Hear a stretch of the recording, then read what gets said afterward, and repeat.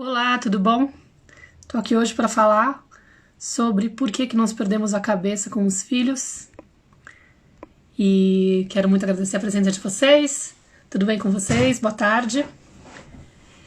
Hoje eu quero trazer uma situação que eu vivi com a Nara no ano passado para ilustrar esse tema que eu quero falar. Tudo bom, Jéssica? Oi, tudo bom? Oi, Ana, Simone. Que bom. Legal. Pelo jeito tem muita gente interessada nesse tema. Oi, Dani, tudo bom? Tem umas mães aqui do Zum Zum também, que legal, seguidoras das antigas.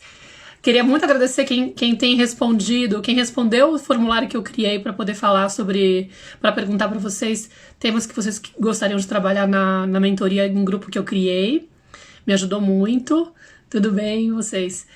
E oi, Simone, tudo bom? E também, outra Maíra aqui que... outra aluna do Zum Zum também, que legal. Tem um grupo legal que tá rolando do Zum Zum, que eu tô junto com a Clarissa agora fazendo a 13ª turma do Zum Zum.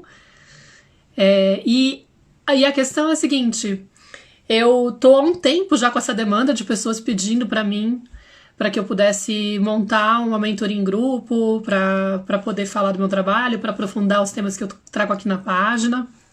Eu fiquei muito tempo aqui trabalhando nesse perfil, oferecendo indicações de cursos de outras pessoas, programas online de outras pessoas, e às vezes as pessoas me perguntavam quando é que você vai fazer o seu, quando é que você vai lançar o seu. Esse ano eu comecei a fazer atendimento individual, a experiência está sendo muito legal como consultora em criação consciente, comunicação consciente. Já acompanhei várias mães, estou acompanhando várias mães nesses atendimentos, e aí às vezes eu sinto falta de ampliar o acesso, né? Porque a gente acaba ficando limitado com essa coisa do individual, que é super potente. No entanto, se a gente abrisse um grupo, eu tô acreditando muito, tô tendo experiência no Zum Zum também, né? De conduzir junto com a Clarissa o grupo. E a gente realmente se fortalece muito na troca entre as mulheres. Algumas mulheres do Zum Zum estão aqui, podem até falar como é potente a gente poder trocar entre si. Como é gostoso escutar o relato de outra mãe e como isso preenche a gente, não só de uma nutrição no sentido de um contato com essas mães, mas também de uma sensação de caramba, isso não acontece só comigo, não é só na minha casa, eu não sou uma aberração, eu sou uma pessoa normal, as pessoas também têm dificuldades, as pessoas também perdem a cabeça, porque justamente a sociedade faz a gente acreditar, né, e a forma como a gente foi criado faz a gente acreditar que a gente não deveria falhar nunca, que a gente não pode, não tem espaço para o erro. E isso faz com que a gente tenha uma cobrança muito grande. O Zum Zum é um programa online criado pela Clarissa Giacchiara, que agora eu faço parte também, para poder apoiar mães que querem entender a maternidade como um portal de crescimento pessoal.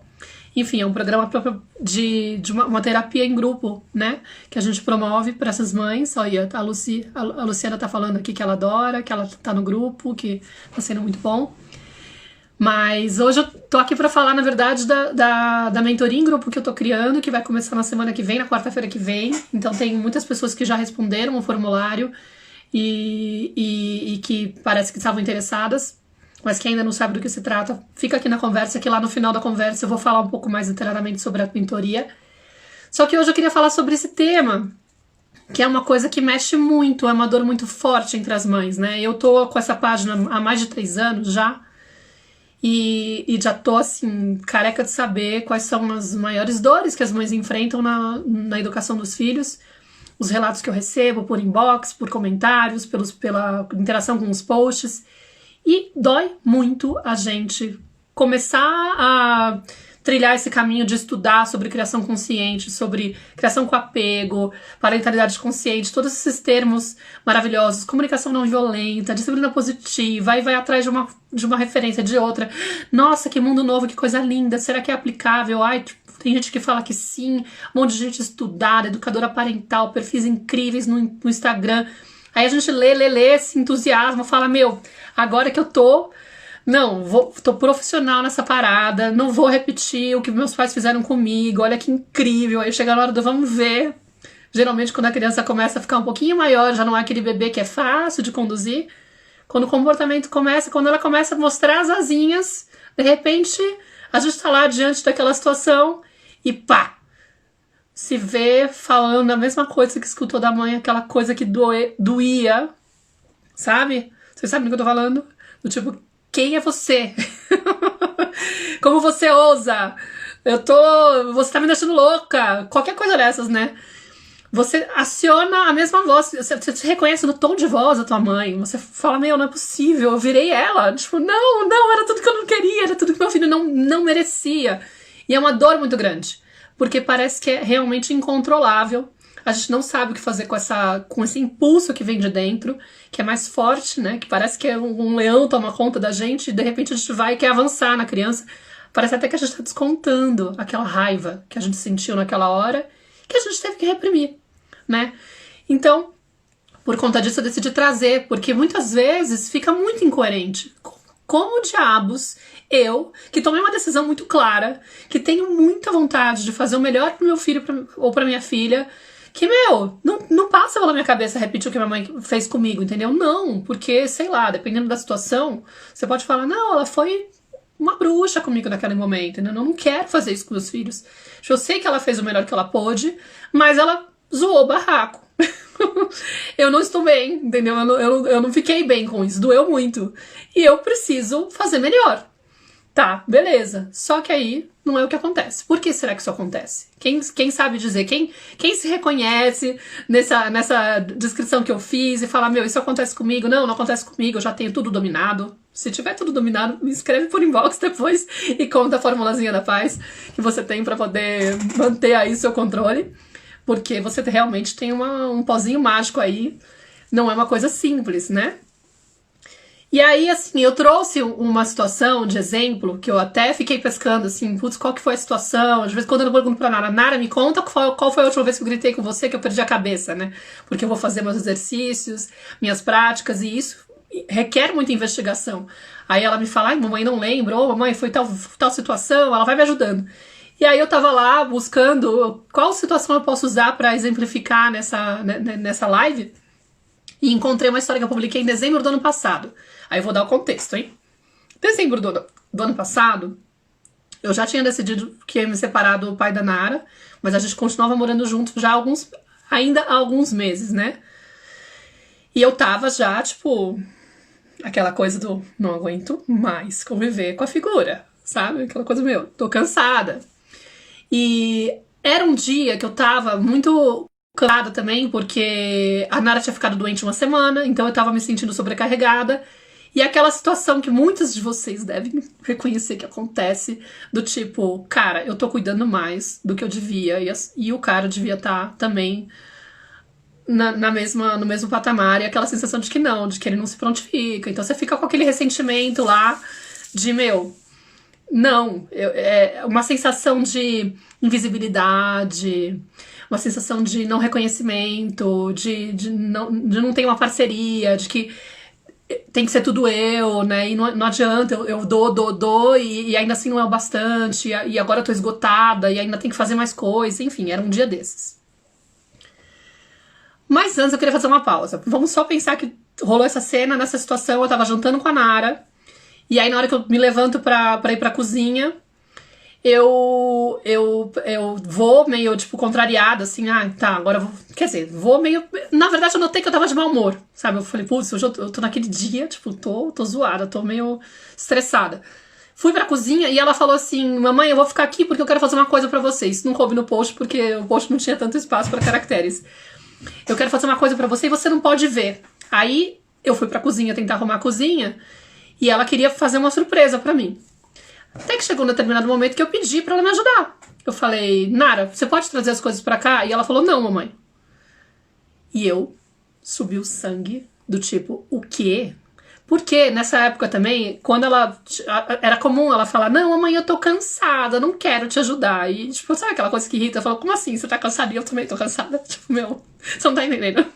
Não vem com essa desculpinha pra mim, porque eu também tô cansada. Mas beleza, nesse momento ela nem falou nada, ela só falou não. E na hora me veio toda, tipo, lá vem ela, né? Aquela coisa assim na cabeça, né?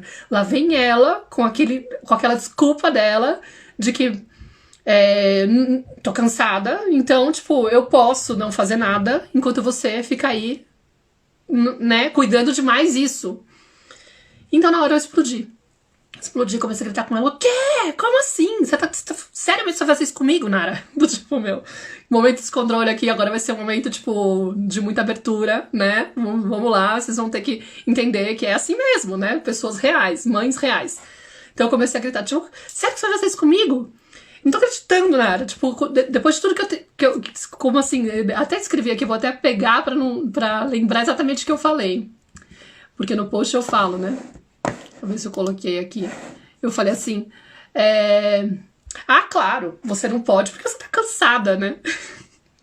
Caramba, sério mesmo que você vai fazer isso comigo? Eu não posso estar cansada? Eu vou ter que fazer tudo sozinha? É assim? Eu tenho que fazer tudo sozinha? E aí eu vou fazer uma pausa e vou fazer um retorno. Eu queria contar pra vocês como que funciona com a criança quando ela nasce, né? Quando a criança nasce, ela tá completamente conectada com as próprias necessidades. Ela confia completamente no seu ser, na sua essência. Ela não tem um problema, assim, pra se expressar.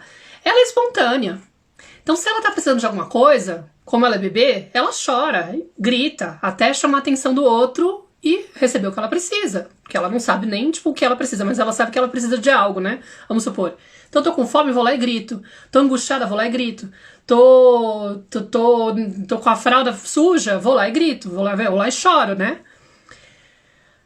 O adulto que está acompanhando essa criança, esse bebê primeiro, depois a criança, que aí é claro, quando ela começa a ficar um pouquinho mais com um discurso mais elaborado, vai ficando mais difícil, porque já não é mais o grito, mas também é uma expressão muito livre. A criança, quando é pequenininha, se ela tá nervosa, ela se joga, ela grita, ela não sei, dependendo de como ela for, ela pode, do impulso dela, ela pode empurrar, ela pode bater, ela pode, tipo, usar alguma forma para comunicar que ela tá necessitando algo, com uma certa liberdade. O que acontece? Muitas vezes o adulto vai reprimir esse comportamento ou esse sentimento da criança por acreditar que aquilo tá se desviando, né? Óbvio que no comportamento a gente até que tem que fazer uma intervenção, não é isso que eu tô falando. Não tô falando para aceitar que a criança bata, tá? Tô só falando, vamos pegar no sentimento que vai ser mais fácil.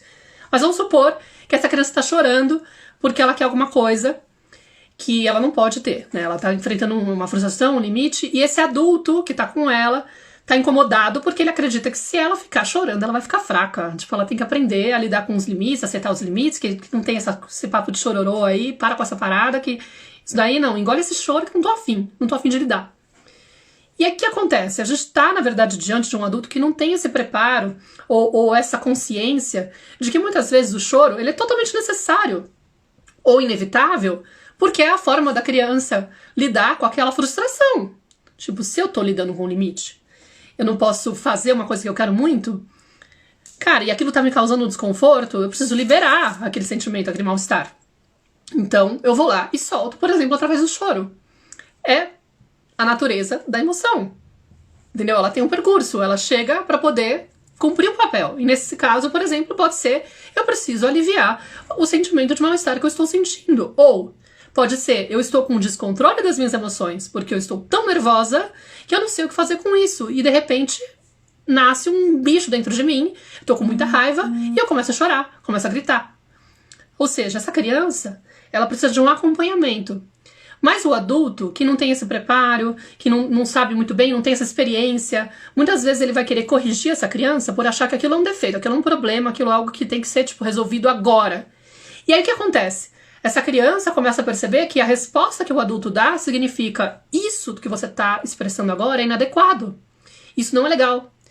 E, mais do que isso, não só a questão de ser inadequado, isso me incomoda, me provoca dor. E aí a criança aprende duas coisas. Uma, ela começa a aprender a se desligar das próprias necessidades, porque ela percebe que ou ela não tem alguém que acompanhe, que aceite aquilo e que acolha aquilo e que valide aquilo e que diga que tudo bem, isso daí é legítimo, vamos ver o que a gente faz para você se sentir melhor. Não, geralmente fica quieta, para com isso, não chega de manhã, não, isso daí não é legal, para de ser fraca, engole esse choro, coisas do tipo, né? Isso é uma coisa, ela vai sentir que existe uma inadequação naquela atitude e que é melhor ela tentar reprimir. Então ela começa a desenvolver uma capacidade de apagar essa expressão, né, a reprimir essa expressão, e também de se desligar das próprias necessidades, do tipo, cara, não tem espaço pra eu mostrar o que eu quero. Então é melhor ela começa, assim, e também porque, o segundo ponto que eu ia falar, ela começa a se sentir responsável pela dor desse adulto, que muitas vezes vai também usar falas do tipo, assim você me mata, se você fizer isso eu vou ficar triste, eu vou ficar brava, ou coisas do tipo, você tá me deixando louca, né?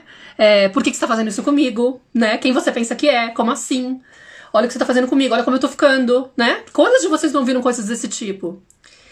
E aí, isso é um equívoco que a gente tem, né? De acreditar que o outro tá fazendo a gente se sentir mal. A gente aprende isso nessas horas, nessa situação. Eu, criança, começo a escutar desse adulto que, tipo, ele está se ficando mal, tá se sentindo mal porque eu estou me comportando ou expressando minha emoção de tal maneira. Entendeu?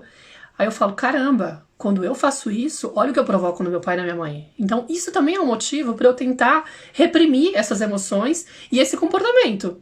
Eu me sinto responsável pela dor dos meus pais, pela dor desse adulto, pelo bem-estar desse adulto.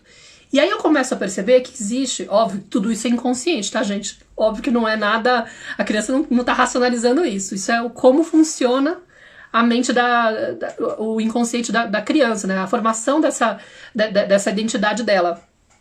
Ela começa a perceber, não tem espaço para mim expressar o meu sentir e a minha necessidade. E existe alguém aqui que tá mais necessitado do que eu. Olha como ele fica desesperado quando eu tô nesse estado, quando eu me comporto assim. Caramba, ele já tem muitas coisas para lidar.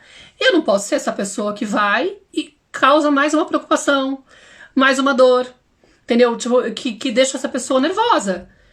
Então, eu também aprendo a manter esse controle. Mas não só aprendo a manter esse controle, como começo a ficar pendente do bem-estar dessa pessoa, achando que eu sou responsável.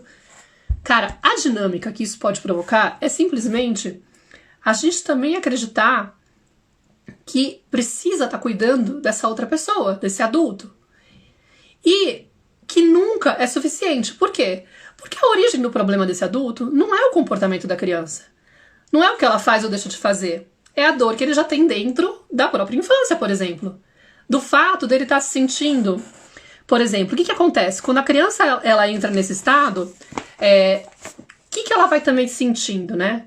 Ela começa a entender que ela é responsável pelo bem-estar do adulto, de que o que ela faz é algo ruim, que desagrada, e ela começa a se sentir culpada porque o adulto tá se alterando, se estressando, e ela vai começar a gerar sentimentos do tipo, caramba, eu não importo. Ninguém liga pra mim. Cara, eu faço tudo errado. Olha isso. Gente, eu não mereço atenção. Eu preciso cuidar dos meus pais. Eu que sou responsável pelo bem-estar deles, né? Eles importam mais. E eu preciso estar sempre atenta ao bem-estar do outro. Se o outro não tá bem, é porque eu tô fazendo alguma coisa de errado. Com certeza. Né? Tipo, sou eu.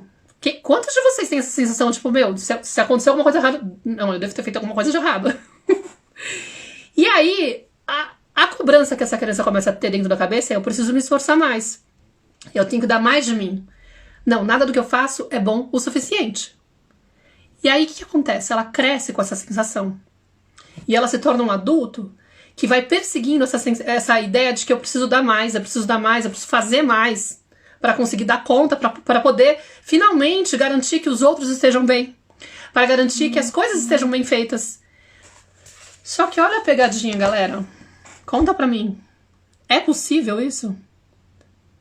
Principalmente pensando que eu não sou a pessoa responsável pelo bem-estar desse adulto. Então não adianta, eu nunca vou atingir essa meta de uma hora eu vou fazer de um jeito tão brilhante que eu vou sanar a dor dessa pessoa e salvar ela dessa dor. Não, isso não vai acontecer nunca.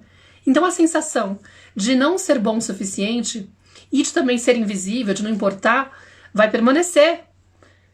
E aí o que acontece? Agora vamos voltar lá pra cozinha. Eu tô lá na cozinha e aí eu escuto da Nara, no momento que eu estou, num dia que eu estou mega sensível, porque todas essas dores estão latentes, estão mais, digamos, mais expostas, mais cutucadas, porque eu tô no momento de separação, tendo que aguentar o ex-marido ainda dentro da casa, sem saber quando é que ele vai conseguir encontrar um apartamento, quando é que a gente vai conseguir outra configuração, eu tô me sentindo sobrecarregada, como assim? Aí eu tô lá, tentando dar conta de tudo, com aquela sensação de que nada do que eu faço é suficiente, e de repente minha filha fala que não vai levar os pratos pra cozinha. Como assim? E é uma sensação de descarga que a gente tem aqueles 5 segundos que duram, na verdade não dura quase nada, né? Que você dá aquele grito e parece que assim, projetei toda a minha dor e descontei nessa pessoa que, cara, olha o que ela tá fazendo comigo. Como ela é capaz, quem ela pensa que ela é. Tipo, olha o que ela tá fazendo comigo. E não tem nada a ver, porque não foi ela. Tudo o que ela cutucou dentro de mim, que me desafiou, já eram coisas que já estavam dentro de mim. Entendeu? Eu já estava me sentindo invisível. Eu já estava me sentindo não boa o suficiente, sobrecarregada. Digamos, quando você tá nessa postura de ficar fazendo tudo pelos outros, a sensação que você tem é que a sua energia vai se esvaindo. E você tá louca pra receber, mas você não sabe o que é receber. Você não tem nem ideia, você não se sente merecedora. No fundo, a sua crença é: eu não mereço atenção, eu não mereço cuidado. Então você não sabe pedir. No fundo, você se coloca como uma pessoa que resolve tudo também, porque você tá ainda com essa ideia de que você precisa se esforçar mais. Vocês entendem um pouco ou é muito complexo? Porque talvez seja um pouco avançado. Mas isso é uma das coisas que eu trabalho com as minhas clientes e com os meus clientes, porque às vezes chegam pais também. E que eu quero trabalhar na mentoria, que é como que a gente tem consciência desse processo todo, de como funciona, né? Como que vem essa criança totalmente pura e confiante, e ela vai perdendo essa conexão com a própria confiança, ela vai criando esse monte de crenças na cabeça dela, e aí, quando ela tá se deparando com uma situação que é complicada, sem querer, ela usa esse filtro para interpretar o que tá acontecendo. E aí, olha a situação que tava realmente acontecendo, né? Eu, na minha ferida, com a minha criança interior, tive um ataque de birra de adulto diante da minha filha, gritei com ela e exigi, tipo, como assim? Que você não me ajuda, que absurdo, tem que fazer tudo sozinha, quem você pensa que é, olha o que você tá fazendo comigo. E ela tinha dito, tipo, filha, olha o momento, era tipo, filha, você pode ajudar a trazer os pratos pra cozinha? Não, mamãe. E aí eu fui e gritei com ela, coitada, né? Tipo, ela foi um saco de pancada, no caso. A minha possibilidade de descarga, assim, aquele alívio instantâneo que depois volta pra aquela sensação de eu sou uma bruxa, como assim? Como eu sou injusta, que aí, inclusive, eu falei, eu chorei pra caramba, tipo, eu percebi na hora, assim, que eu falei, nossa, viajei e tal. Peguei ela no colo, ela fazia carinho em mim, eu falei, desculpa, eu não devia ter gritado com você. Mas quando eu reconheci que foram essas vozes que entraram em mim e que eu me identifiquei com ela, aí eu percebi, né, tipo, comecei a chorar, tipo, peguei ela, abracei ela no colo. Por que aconteceu? Pelo meu grito, ela olhou pra mim, começou a chorar, na hora ela falou, mamãe, você me fez chorar. E foi a hora que caramba, foi a hora que eu tomei consciência do meu, digamos, descontrole emocional, né. Aí eu comecei a chorar, peguei ela no colo, comecei a chorar, na hora que saiu, né, que eu comecei a chorar, maravilhoso que eu tenha me permitido chorar. Pedi desculpa pra ela, abracei, falei, meu amor, eu não fui nada justa com você, não tem nada a ver, isso que eu falei, nananã, desculpa mesmo, tipo, perdi a cabeça, a mamãe perdeu a cabeça. Falei mais devagar, tá, gente? Eu tô preocupada com o tempo, porque eu adoro falar. Mas, e aí, o que aconteceu foi que, na sequência, eu percebi que eu não tinha escutado o que ela tava falando. Eu não tava, tipo, no momento presente. E é isso que acontece com a gente nessas horas. A gente meio que parece que é tragado, assim, por uma máquina do tempo que leva a gente lá pra trás, que faz a gente recuperar, né, por conta do gatilho que foi gerado, a gente recupera uma situação do passado, projeta ela no presente, usa um filtro pra interpretar e quando vê, não tá nada conectada com o que tá rolando naquele momento. E aí, eu falei, tá, filha, por que você não queria me levar os pratos? Eu não entendi, você pode me explicar? Mamãe, porque eu tava preparando uma surpresa pra você. E eu queria que você ficasse parada num lugar aqui da sala pra eu poder dar um salto. Ela tava com 4 anos. Pra eu poder dar um salto e te dar um abraço. Aí eu, caramba, tipo, imagina, tipo, a minha sensação de, meu Deus do céu, eu realmente sou uma bruxa, né? Tipo, nada a ver. Tipo, não é que ela tava, ai, mamãe, eu não quero, nananana, tipo, que também a gente projeta pro futuro, tipo, essa menina vai ser uma folgada. Né, tipo, essa garota vai ser, nunca vai conseguir colaborar com as coisas, né? Tipo, eu preciso ensinar ela a ser, tipo, grata pelas coisas, a considerar, né, tipo, sabe essas coisas que entram também na nossa cabeça, do tipo, eu preciso ensinar hoje, agora, ela tem que aprender hoje, e tem que aprender de hoje pro resto da vida, nunca mais pode falhar nisso, ela tem que receber o valor disso, daquilo e aprender que não se pode se comportar dessa forma. Enfim, mas quando ela falou isso, eu desmontei, óbvio. Falei, nossa, Nara, mil perdões, me mostra como que é. Aí eu fiz a cena, fiquei no lugar que ela falava que eu tinha que ficar, e ela saltou, aí eu abracei ela de novo, eu me emocionei, chorei de novo. Falei, gente, olha que louco, né? E aí, enfim, naquele momento, né, depois que eu fiz, inclusive eu usei essa situação depois para poder investigar, olhar mais a fundo, porque eu faço esses trabalhos de o que você faz diante disso, né? Tipo, eu posso também ficar afundada na culpa, que ela veio também na hora, e eu trabalhei ela, acolhi essa culpa, porque é importante também, a gente não tem que ficar negando a culpa, não é isso. Mas do tipo, vem essa culpa e eu transformo ela num ingrediente, assim, sabe? Num impulso. Se vem uma sensação de que eu fiz algo muito errado, o que eu posso fazer para que isso não se repita? Ou para tentar agir de outra forma, né? Para lidar de outra forma com situações como essa. Porque eu sei que eu vou ter momentos, dias em que eu vou estar angustiada com várias questões internas, e aí eu vou estar mais sensível a um comportamento desafiador da minha filha. Mas, ao mesmo tempo que eu não preciso ficar me afundando em culpa cada vez que eu erro, é importante eu ter consciência disso, de como que funciona essa dinâmica. Porque aí, sabendo disso, eu posso tomar uma outra postura na hora. Então, por exemplo, nesse dia eu percebi que quando... eu até anotei aqui pra não perder, né? Tipo, o fato de eu não ter sido acompanhada na infância, nas minhas emoções, no expressar das minhas necessidades, que inclusive, tipo, é super difícil pra mim reconhecer o que eu tô precisando, porque de tão destreinada que eu tô disso, entendeu? É um exercício que eu faço, caramba. Qual que é a necessidade que tá sendo não atendida? Porque é esse o trabalho que você tem que fazer nessas horas, né? Hoje em dia, quando eu tô numa situação dessas, eu pauso, né, na hora que vem o impulso, tipo, ai, me dá vontade de responder, a minha criança ferida tá louca pra dar uma resposta, tem um ataque de birra e descontar na minha filha. Me levanta a mão quem não passou por isso. Põe um coraçãozinho aqui, né? Eu pauso e falo, tem alguma coisa aqui que tá me incomodando. O que que é? Tem alguma necessidade que não tá atendida. Por que eu tô tão sensível? Por que eu tô com vontade de pular em cima dela, sabe? Ou de responder pra ela de forma não legal, né?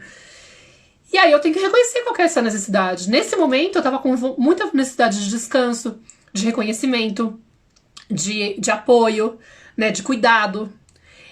Eu tava me sentindo não vista, não reconhecida, não considerada, não escutada.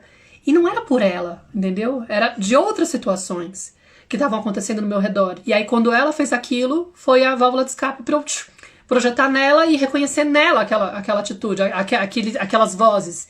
Mas aquelas vozes já estavam dentro de mim, né? Então é isso, assim, quando a gente sai desse terreno da culpa, a gente entra no terreno da autorresponsabilidade. Eu assumo que aquilo é meu. E no lugar de ficar achando que eu tenho que consertar a criança, eu paro para escutar o que está acontecendo. Eu faço um exercício de voltar para o momento presente. Eu falo, pera, isso que está vindo na minha cabeça são coisas do passado. Eu tô acionando feridas da minha criança. Eu não tô... Não é isso, será que é isso que tá acontecendo? Geralmente, tipo, eu meio que pergunto, né? Ela tá realmente me ignorando? Ou me desrespeitando? Ou sabe? Ela tá vivendo o script do que eu tá passando na minha cabeça? Ou isso são distorções do que tá rolando, né? Exato, a Dani tá falando, a gente tem que parar pra se escutar. É um exercício, é um treino, né? A gente tem que criar essa prática, na verdade, porque a gente não tem facilidade. Mas a gente se dá conta, né? Eu percebo que realmente eu tô sendo tragada por vozes e aí eu escolho não me identificar com essas vozes. Eu não fico achando que o objetivo é não ter mais vozes, porque isso é impossível de eu controlar. Eu sou uma pessoa que tem uma bagagem de vida, tem uma história de vida, uma experiência. Eu trago essas questões, né? Inclusive, grande parte dessas questões estão no meu inconsciente e o comportamento da minha filha, do meu filho, das pessoas que estão mais próximas de mim, das pessoas em geral, né?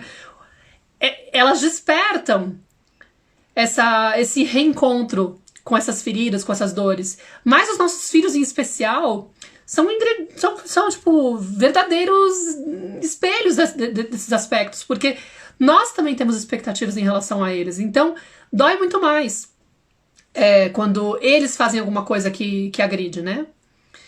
E aí... Peraí. Se eu não conecto com essa criança, o que eu percebo nessa situação é que eu não estou conectando com ela, né? E, na verdade, qual que era a necessidade da Nara? Ela estava louca para me mostrar uma surpresa, ou seja, ela queria conexão.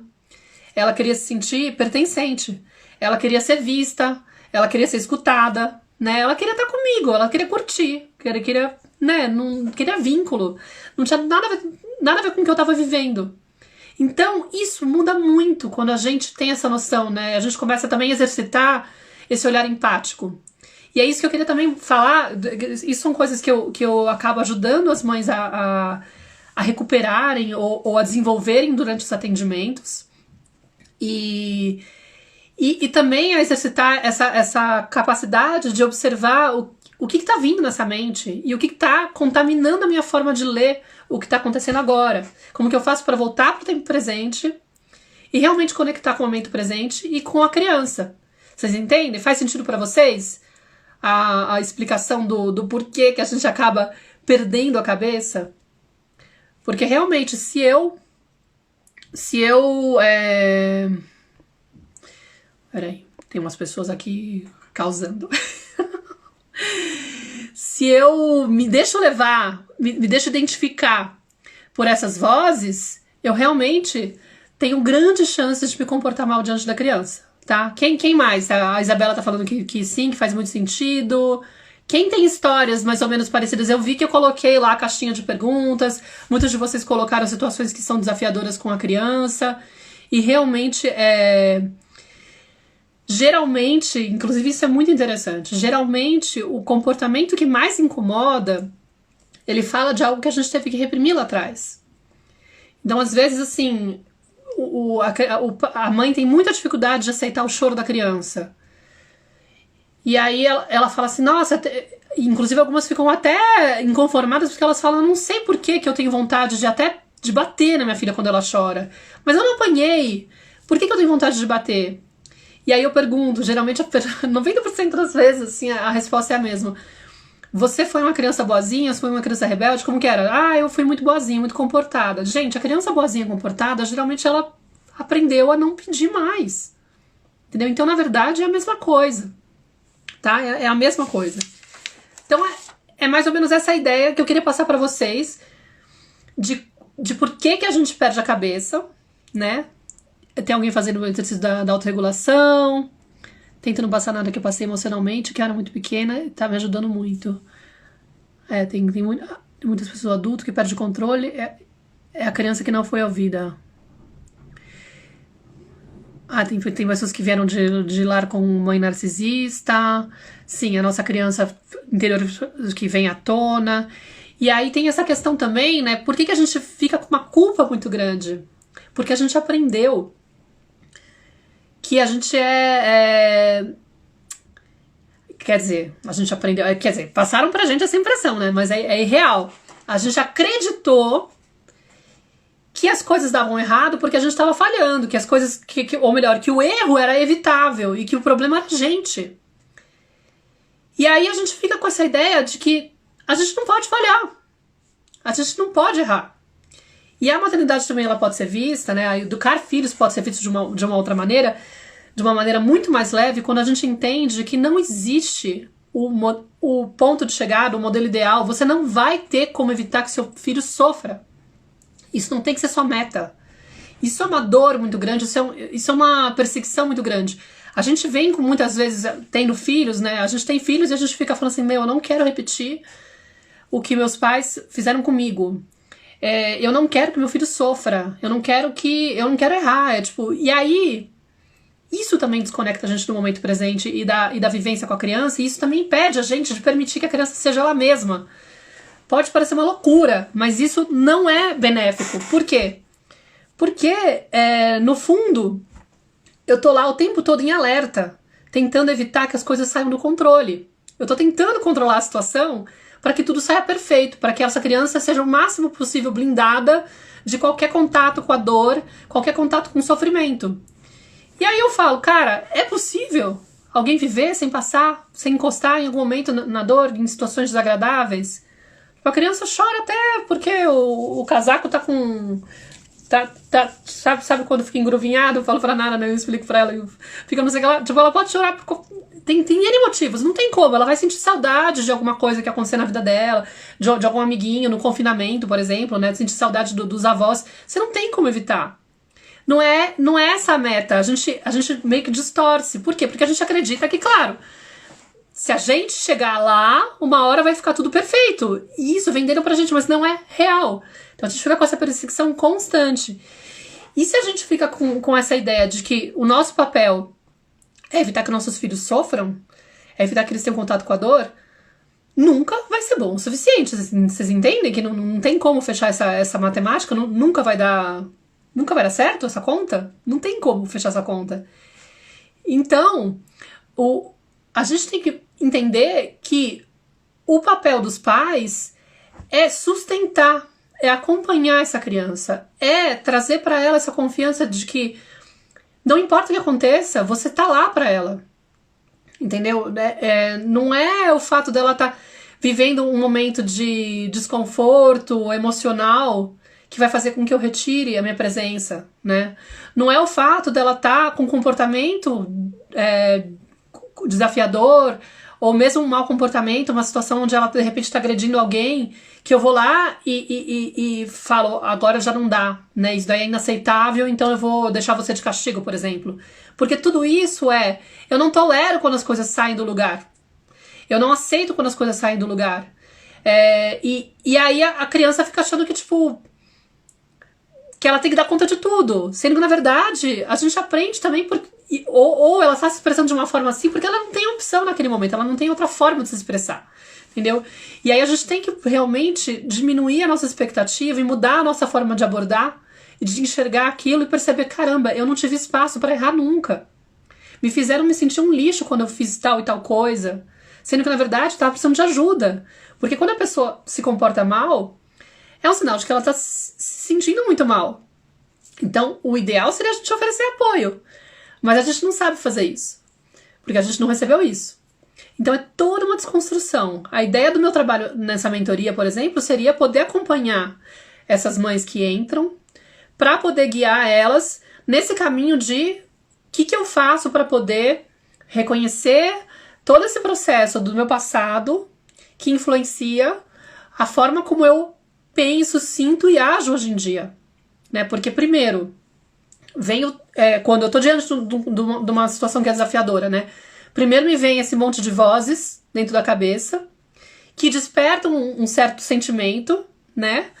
E que fazem eu reagir de forma automática, geralmente, né? Vamos supor que eu tô falando isso de um pai inconsciente, né? Que ele faria numa situação dessas? Se eu tô lá diante da criança que tá tocando o horror diante de mim e começa a entrar aquela sensação de que, não, isso daí não, eu não vou aceitar, não quero nem saber, vou parar com isso daqui agora. Esse sentimento que vem, ele tem uma coisa por trás que tá impulsionando, que são esses pensamentos, essas vozes do tipo, quem manda aqui sou eu, isso aqui não pode acontecer, essa criança não pode se comportar dessa maneira, quem ela pensa que é, sei lá, são vozes, são crenças, né, muitas vezes. E aí ele desperta esse sentimento de mal-estar e essa necessidade de controlar e consertar essa criança com urgência naquele momento, e de repente eu vou e reajo no automático. Se eu aprendo que isso é um mecanismo natural, que eu não tenho como evitar esse pensamento, mas que eu posso pausar e escolher, tá, é você que tá falando através de mim, e agora eu vou pausar e vou deixar o filme passar na cabeça, e tipo, normal. Como é a natureza do cérebro, sei lá. É o filminho que eles gostam de passar aqui dentro pra poder tirar uma onda com a nossa cara. Não tem como fazer, né? Tipo, não tem como ser de outra maneira. Aceita o que tá acontecendo, mas não se identifica. Respira fundo. Caso você seja tomado por uma dor muito grande, você pode também... É legítimo, tipo, preciso de uma pausa. Inclusive, comunica a criança. Preciso gritar no travesseiro. Eu vou sair um pouco pra poder... Porque eu não quero responder pra você. Mas a questão é que você vai aprendendo a conectar com o momento presente e fazer essa leitura, né? Tipo, e também um trabalho pra poder saber como trabalhar suas emoções, pra que aquilo não tome um corpo e você não reaja no automático, entendeu? Para que você possa restabelecer sua calma antes da reação. Entendeu? É mais ou menos por aí. Alguém perdeu o início, depois vocês assistem a reprise, tá? Principalmente se são diante de pessoas mais velhas, agora eu perdi a parte do que você tá falando. Meu desafio maior é quando eu tento explicar com toda a paciência e meu filho tenta chutar ou bater. Às vezes rolam uns gritos, quem nunca apanhou... você nunca apanhou quem você pensa que é, claro. A Elisângela, olha a dor, né? Isso é um sentimento muito forte. Isso é uma sensação que vem muito, assim, do tipo, quem você pensa que é pra se comportar dessa maneira, sendo que eu, lá atrás, tive que me esforçar tanto para não fazer isso que você tá fazendo. Vocês percebem que rola, às vezes, uma dor nesse sentido? Meu, eu não tô acreditando que essa criança tá, do tipo, chorando por tão pouco. Eu não podia chorar por nada. Eu apanhava se eu chorava. Sabe aquela coisa assim, tipo, por exemplo, né? Eu apanhava se eu chorava. Eu era castigada, meu pai me ameaçava, fazendo aquela... Eu que tô fazendo, tipo, uma mega educação respeitosa, acolhendo, conversando, desço, falo na altura, olho no olho. E essa criança vem chorar por causa disso? Não, tá tirando uma onda com a minha cara. Não é possível. Quantos de vocês não sentem isso de vez em quando, né? É uma dor muito grande.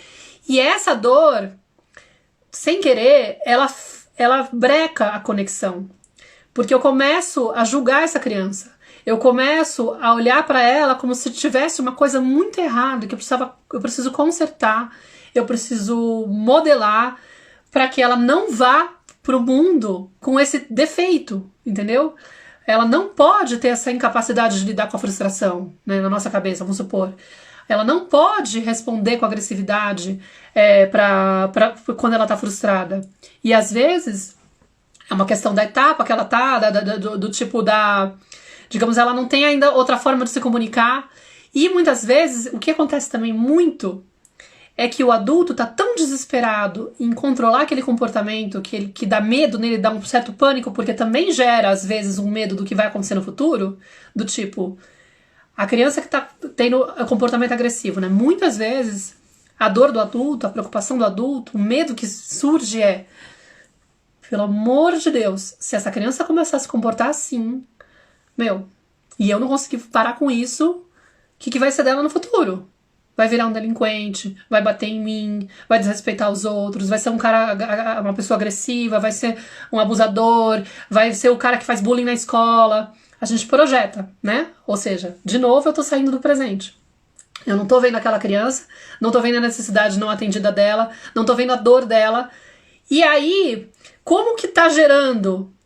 O que tá provocando a agressividade da criança é uma sensação de que ela precisa escapar, ela tá se sentindo ameaçada, ela tá precisando se defender, né? E aí a gente não pode colocar um peso no sentido de que, mas o fato de arrancarem o brinquedinho dela, ela pode lidar com isso. Tipo, é ridículo ela se sentir ameaçada por causa disso. Gente, vamos pensar. Tem uma criancinha de 2 anos que tá começando a formar a identidade do eu. Aquele brinquedo é o mundo dela. Manja? Tipo, eu, adulta, não tenho a menor ideia do que seria isso, entendeu? Mas talvez seria o mesmo que me roubarem o carro, entendeu? Tipo, eu ficaria injuriada.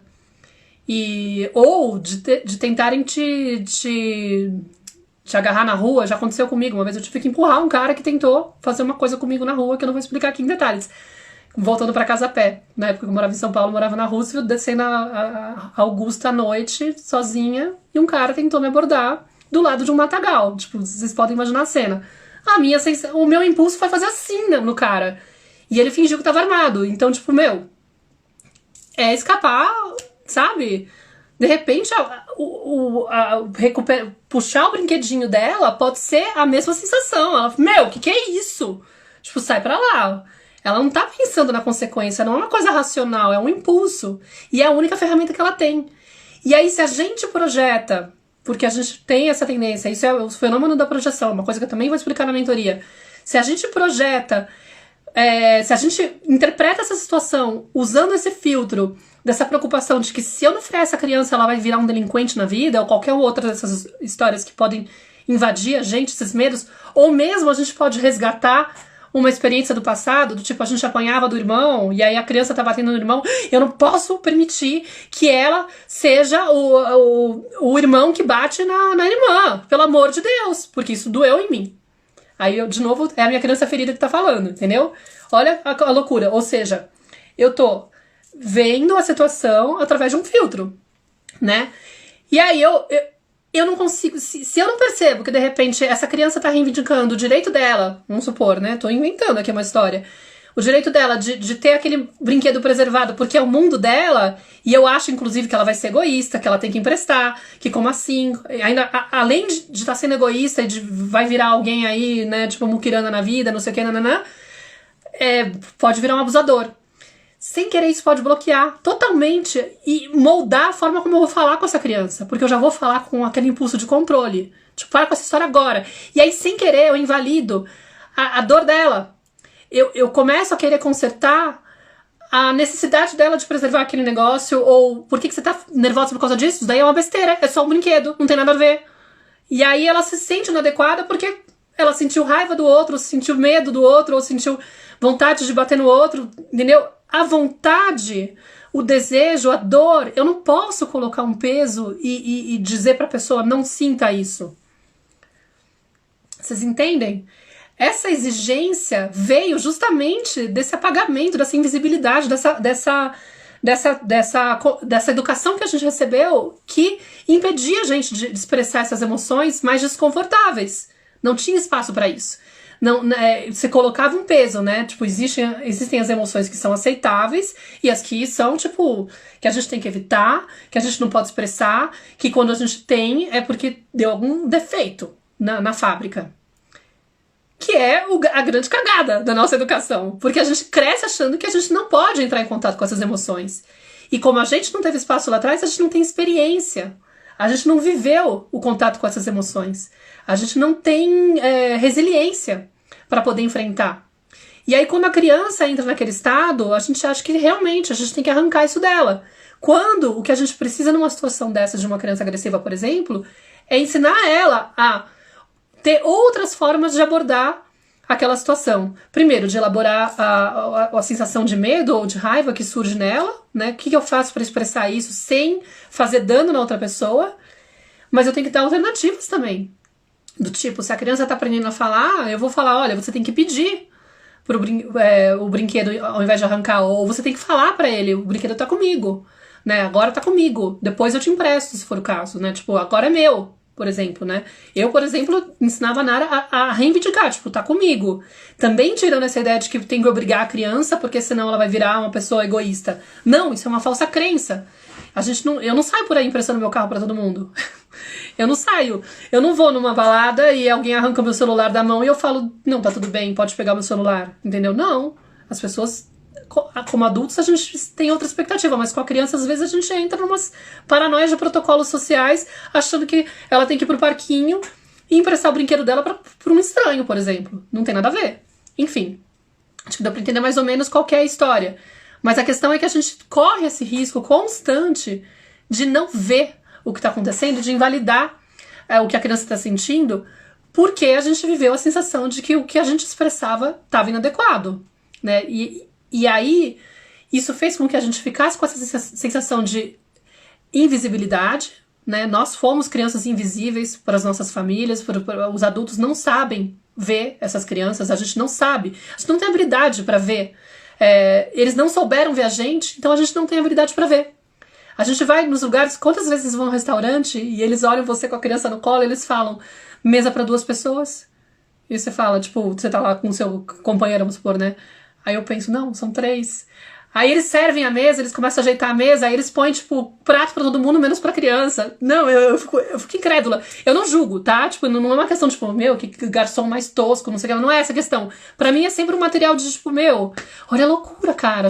A criança realmente, ela não é vista. As pessoas não olham. Eu já me peguei, saindo do parquinho, avisando o pai dela que eu ia no banheiro, no bar, né, tipo, porque lá em Madrid tem essa história de você, sei lá, você tá no parquinho, de repente você tem que cruzar a esquina pra ir num bar, eu vou lá no banheiro e já volto, e de repente eu volto e ela chorando, cadê a mamãe, porque eu não avisei, ela tinha 2 anos. Aí eu falei, meu, que loucura, a gente não considera criança, eu penso em falar pra ele, mas não penso em falar pra ela, por quê? Né, olha que doido, cara. Realmente é um exercício reconectar, né, com essa criança, então... Isso também é interessante. Isso também alivia essa sensação de que eu tô fazendo tudo errado, porque às vezes a gente fica com essa cobrança de que, uma vez que eu leio sobre essas questões, eu tenho que saber aplicar. Só que eu tô há décadas sendo uma criança, tendo uma criança invisível dentro de mim. E com uma grande oportunidade de reconectar com a minha criança interior, porque eu tô aceitando o convite da minha filha, de olhar porque através da minha filha ela fica toda hora falando, olha só como a sua criança interior tá se sentindo invisível. Você não tá conseguindo me ver agora. Por que será? Porque você não tá conseguindo ver a sua criança. Então é sempre um exercício muito bonito quando a gente olha a maternidade com essa potência, né, de, ela realmente se transforma numa espécie de um portal, assim, que ela vai abrindo, e ela fala, vem pra cá. Olha o quanto você pode crescer se você olhar para essas situações, ao invés de olhar com esse peso de que eu falhei, você, uma vez que aconteça a situação estressante com a criança, desafiadora, que dói, não sei o que, falando, aconteceu isso e aquilo, eu tenho duas opções. Eu posso cair nessa culpa e alimentar e ficar lá e achando, de novo, que o que eu preciso fazer é me esforçar mais, né, porque eu não sou boa o suficiente. Olha lá, eu tô de novo reproduzindo. Por isso que eu falo que essa perseguição, no fundo, ela só desconecta mais. Eu continuo no mesmo padrão de achar que o problema sou eu que tenho que fazer diferente, no sentido de que eu preciso me esforçar mais, que não tô dando o suficiente, então eu tenho que doar mais, eu tenho que ler mais, eu tenho que aplicar mais, eu tenho que fazer mais curso, tenho que fazer não sei o que lá, tenho que, né, eu ainda não consegui ser aquela mãe ideal, e eu ainda não consegui deixar de ser a mãe que eu tive, né? Então, preciso vamos lá, de novo. Só que eu não tô, de novo, conectada com o momento presente, eu não tô vendo aquela criança, entendeu? Então, os nossos filhos, eles ficam toda hora chamando a atenção de, você tá entendendo que a desconexão é você com a tua criança? Volta pra ela, fala com ela, entendeu? Faz sentido pra vocês? A leitura, teve muitos comentários aqui. Tem gente falando que os filhos vão fumar escondido com 13 anos. Bom, isso são crenças. Eu leio esses comentários, pra mim são crenças. Eu entendi que você tá falando que eu tô sendo permissiva, talvez. Tem essa questão também, né? Vem esse medo. E isso é uma questão também que a gente tem que quebrar, romper. Porque muitas vezes, quando a gente fala em educar com respeito, educar com essa consciência, né? De permitir que a criança seja quem ela é, o primeiro medo que vem, geralmente, é, então eu vou deixar a criança fazer o que ela quer? Né? Tipo, ela vai achar que ela é o rei do mundo, eu vou criar essa criança numa bolha, onde ela vai se sentir protegida e ela vai chegar lá no mundo e as pessoas não vão tratar ela igual. Tipo, eu tô viajando, né? Tipo, na verdade... E aí tem várias questões, eu daria um tema de outra live, mas eu posso falar algumas delas. A primeira é, eu tive essa dor, eu tive essa preocupação, eu também fiquei nessa angústia, tipo, essa parada aí tá soando meio estranho aí, não sei se vai dar certo. Porque talvez eu tenha que soltar demais, aí a criança vai ficar totalmente sem referência. Não sei o que vai dar, né? Ela vai ficar mimada, vai ficar mal acostumada, né? O tal do mal acostumada. Mas não é disso que se trata, pelo amor de Deus. Não tem nada a ver com ser permissivo, porque inclusive a permissividade é um mal pra criança, é péssima pra criança. A criança ela fica totalmente sem referência. Ela não tem. O limite ele serve pra você trazer realmente essa segurança, entendeu? Você tem que margear, você não pode deixar a criança solta. Não é uma coisa do tipo, ela come o que quer, dorme a hora que quer, faz o que quer, se comporta como quer. Não, é de você entender que quando existe um comportamento desafiador, tem uma necessidade não atendida, e não é que significa que, então agora eu vou ter que atender a necessidade da criança. Não.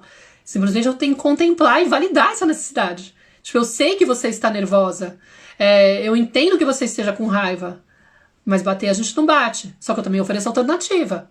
Então a gente pode conversar, a gente pode se afastar para se acalmar, antes de reagir, né? Mas aí, mais do que eu explicar para a criança o que ela tem que fazer e ficar nesse lugar de ensinar o que ela tem que fazer e dizer, faz assim, faz assado, eu tenho que ser modelo.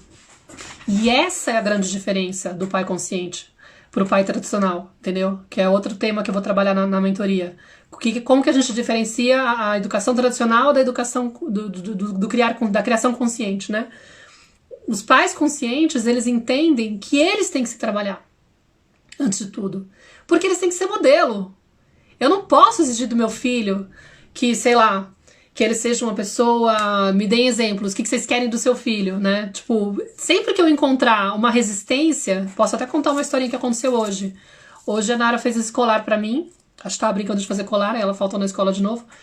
Porque duas mamães de uma amiguinha dela...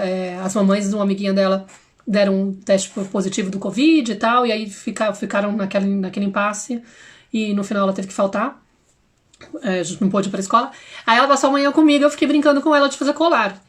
E aí teve uma hora que eu fazia o meu, ela fazia o dela, e ela queria guiar o meu colar, né? Tipo, coloca essa peça, coloca essa peça, coloca essa peça, tipo, super mandando, né? E aquilo já foi ficando me irritando, assim, tipo, eu não gosto.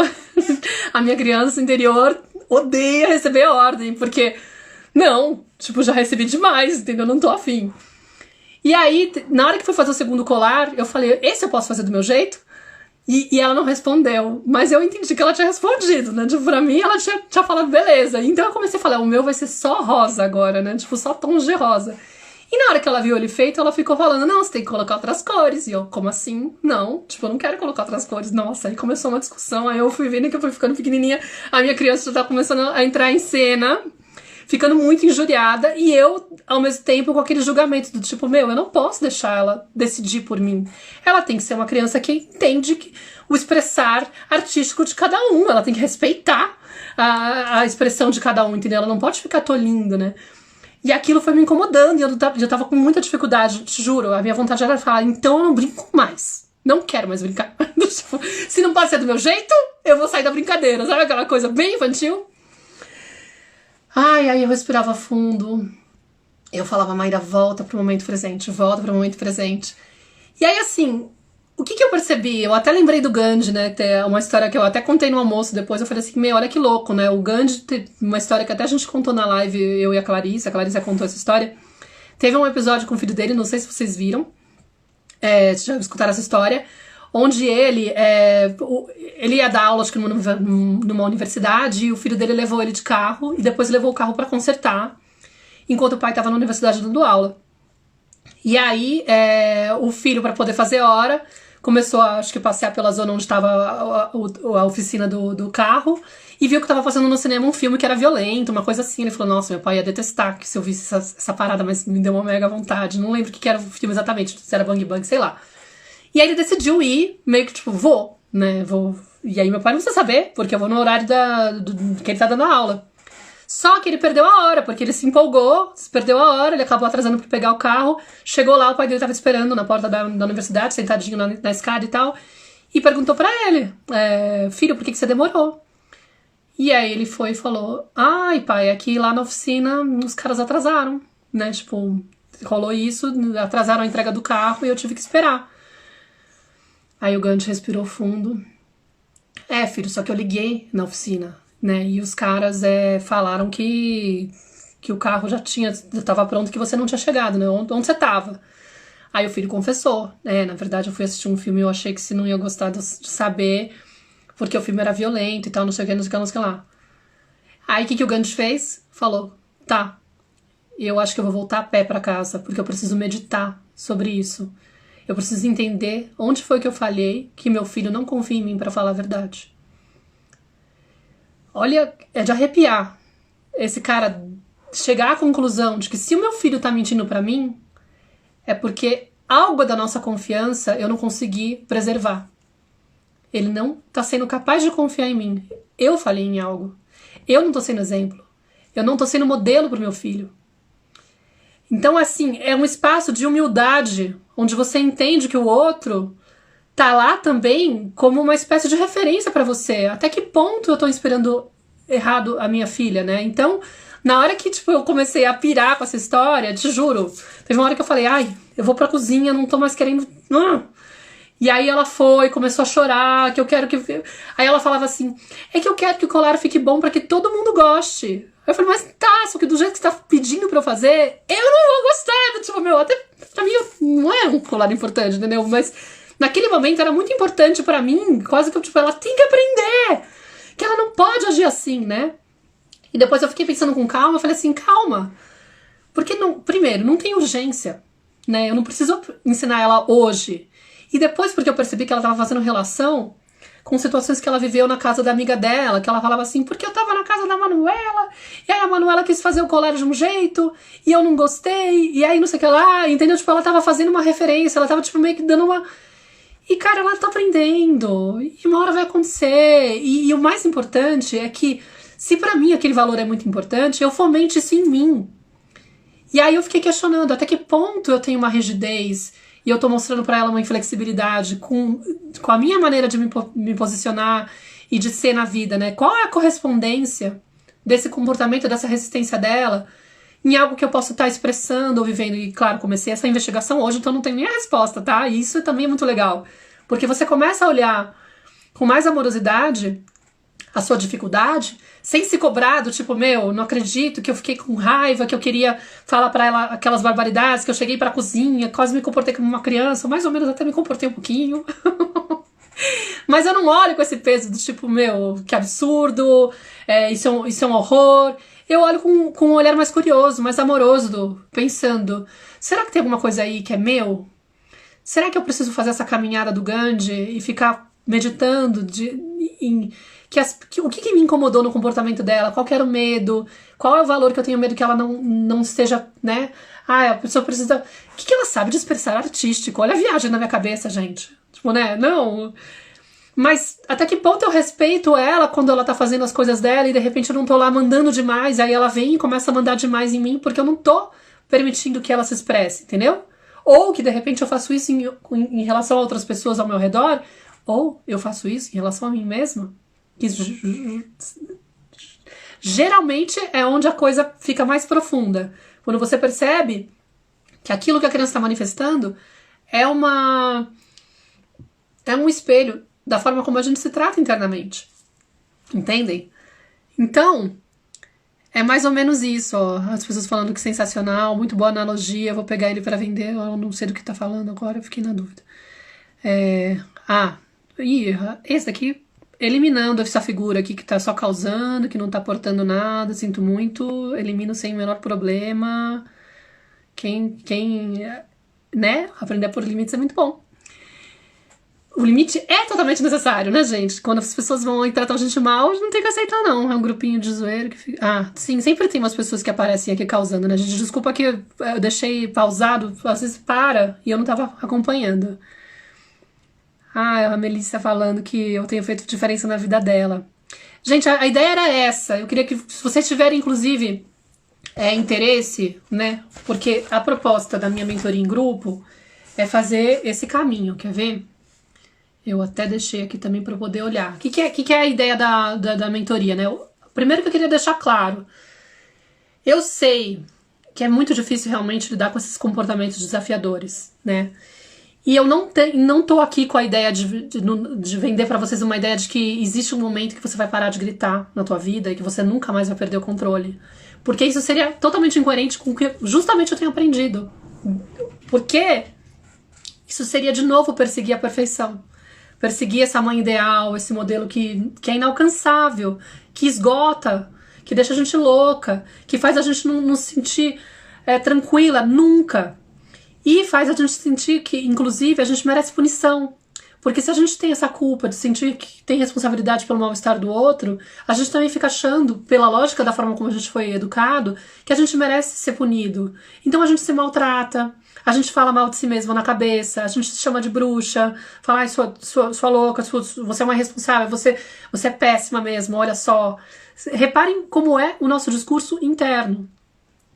Isso faz com que a gente acredite que a gente tem que ficar se doando, e isso muitas vezes significa que a gente não olha pra dentro, e a gente não se cuida, a gente não se sente prioridade nunca, e a gente fica achando que o problema é que as pessoas não participam, as pessoas não colaboram, as pessoas não assumem a parte delas, só que muitas vezes a gente se coloca no lugar da pessoa que faz tudo, e que precisa dar conta de tudo, e a gente tá também lá no controle, querendo garantir que tudo saia o mais perfeito possível, no melhor nível, e como você está estudando muito mais do que o outro, você sabe fazer melhor. Então você vai lá e assume mais responsabilidades do que deveria. E aí, nisso, a gente vai se anulando, a gente vai se esquecendo de si mesma. A gente vai, deixa que, tipo, eu dou conta, sabe? Eu sou aquela fortuna que dá conta de tudo. Eu não preciso dessa atenção. É uma doideira, a gente entra nesse ciclo. E aí, claro, vem uma frustração, aí vem a sensação de que, como a gente tá esgotada, desnutrida, a gente fica mais impaciente. E aí aquele comportamento deixa a gente mais nervosa. E aí a gente reage de um jeito mais agressivo. Aí vem de novo a culpa. E fica aquela bola de neve. Sabe? É um ciclo que se a gente entra, cara, dói pra caramba. E aí, assim, eu não vou falar pra você que uma vez que você se torne um pai consciente, você comece a entender, entra na mentoria, vai lá 6 semanas comigo, chega na 6ª semana, você fala, agora nunca mais vou gritar. Não é disso que se trata. Se trata de aprender, sim, como que eu posso, existe a possibilidade de eu evitar muito mais eventos como esses, e de eu saber fazer essa pausa, de eu saber entender o que está acontecendo aqui dentro, e de eu conseguir realmente manter a calma em muitas situações, recuperar a calma, e ser esse modelo, né, onde eu, no lugar de achar que a criança tem que mudar, eu entender que eu preciso aprender primeiro a lidar com as minhas emoções para poder acompanhar ela e sustentar isso, aguentar ser testemunha dela e poder manter a minha presença e continuar enviando esse amor para ela, mesmo quando ela está se comportando de um jeito que para mim me tira do prumo. Tipo, eu não sei lidar com essa frustração, eu não sei lidar com a frustração. Por isso que para mim é tão difícil acompanhar a frustração da criança, entendeu? Quando eu estou muito angustiada com a frustração da criança, é porque eu estou demonstrando, inclusive naquele momento, que eu não sei lidar com a frustração. Porque eu estou frustrada, eu não queria que ela se desviasse do bem-estar. Porque quando ela sai do bem-estar dela, eu fico desestabilizada, me sentindo impotente, incapaz de conectar com ela. Eu me sinto com raiva. Ela desperta tantas dores em mim que eu falo, eu não quero que isso aconteça. Então o que eu quero que aconteça nessa mentoria é que você aprenda a fazer as pazes com a mãe que você é, né? Tipo, quem você pode ser, que você resgate essa tranquilidade de, eu vou fazer sempre o melhor que eu posso, mas sem essa exigência de atingir uma meta, entendeu? E usando cada situação como uma oportunidade de aprendizado, entendeu? É olhar para o erro com amorosidade, com curiosidade, com acolhimento, mudando esse discurso interno. Então a proposta é que a gente fique junto por 6 semanas, que a gente possa fazer esses encontros por 2 horas, através da plataforma do Zoom, para que eu possa trazer temas, né, nesses encontros. Então seriam tipo uma turma de até 15 pessoas no máximo, para que a gente possa aprofundar essa troca, para que tenha realmente uma possibilidade de a gente, né, de se escutar, de trazer histórias individuais, né. No primeiro encontro a gente faria uma apresentação, eu falaria sobre a criação consciente, essa coisa da diferença entre pais conscientes e pais tradicionais, né, como que se diferencia esses dois estilos de educação, né. Aí depois, no segundo encontro, a minha ideia seria falar de como que educar nossos filhos é um caminho para se autoeducar, como que eu faço para aceitar esse convite de olhar para dentro que a criança nos traz, né, que no fundo ela tá falando o tempo todo, olha para si, recupera essa criança, volta a olhar para ela, aprende a acolher essa criança, né, tipo, olha que lindo isso. Então eu quero trazer mais elementos para que vocês possam entender como que o passado influencia a nossa forma de educar e como que a gente projeta nos filhos os nossos medos, as nossas dores, né? E como que a gente faz para romper os padrões que a gente herda e que a gente repete sem intenção. Depois, o terceiro encontro seria uma ideia de falar de autocontrole, como que eu controlo as minhas emoções diante do comportamento desafiador, né? Aí eu vou falar do poder da pausa, como que eu faço para conectar com o momento presente, com os filhos, para poder lidar melhor com esses momentos que são desafiadores. Como que eu faço para aceitar os meus filhos como eles são, né? Como que a gente faz para aceitar os filhos como eles são e não projetando como eu gostaria que ele fosse, né? Ou seja, como que eu faço para abrir mão do controle? Como que eu faço para olhar para essa criança e conectar com a essência dela e permitir que ela continue, se mantenha conectada com essa essência, né? E o grande pulo do gato é que a minha dificuldade vem do fato de eu estar desconectada com a minha essência. Por isso que pra mim é tão discrepante a ideia, né? Tipo, como assim eu vou permitir que ele aflore quem ele é? Ele tem que se adequar ao mundo, né? E são crenças também que a gente tem, né? E é super difícil de se desfazer disso, mas é super bonito. Como que eu faço para respeitar o meu filho e não ser permissiva, né? Porque é esse medo que a gente tem, né? É uma linha tênue e às vezes eu fico meio confusa, isso realmente provoca muita confusão.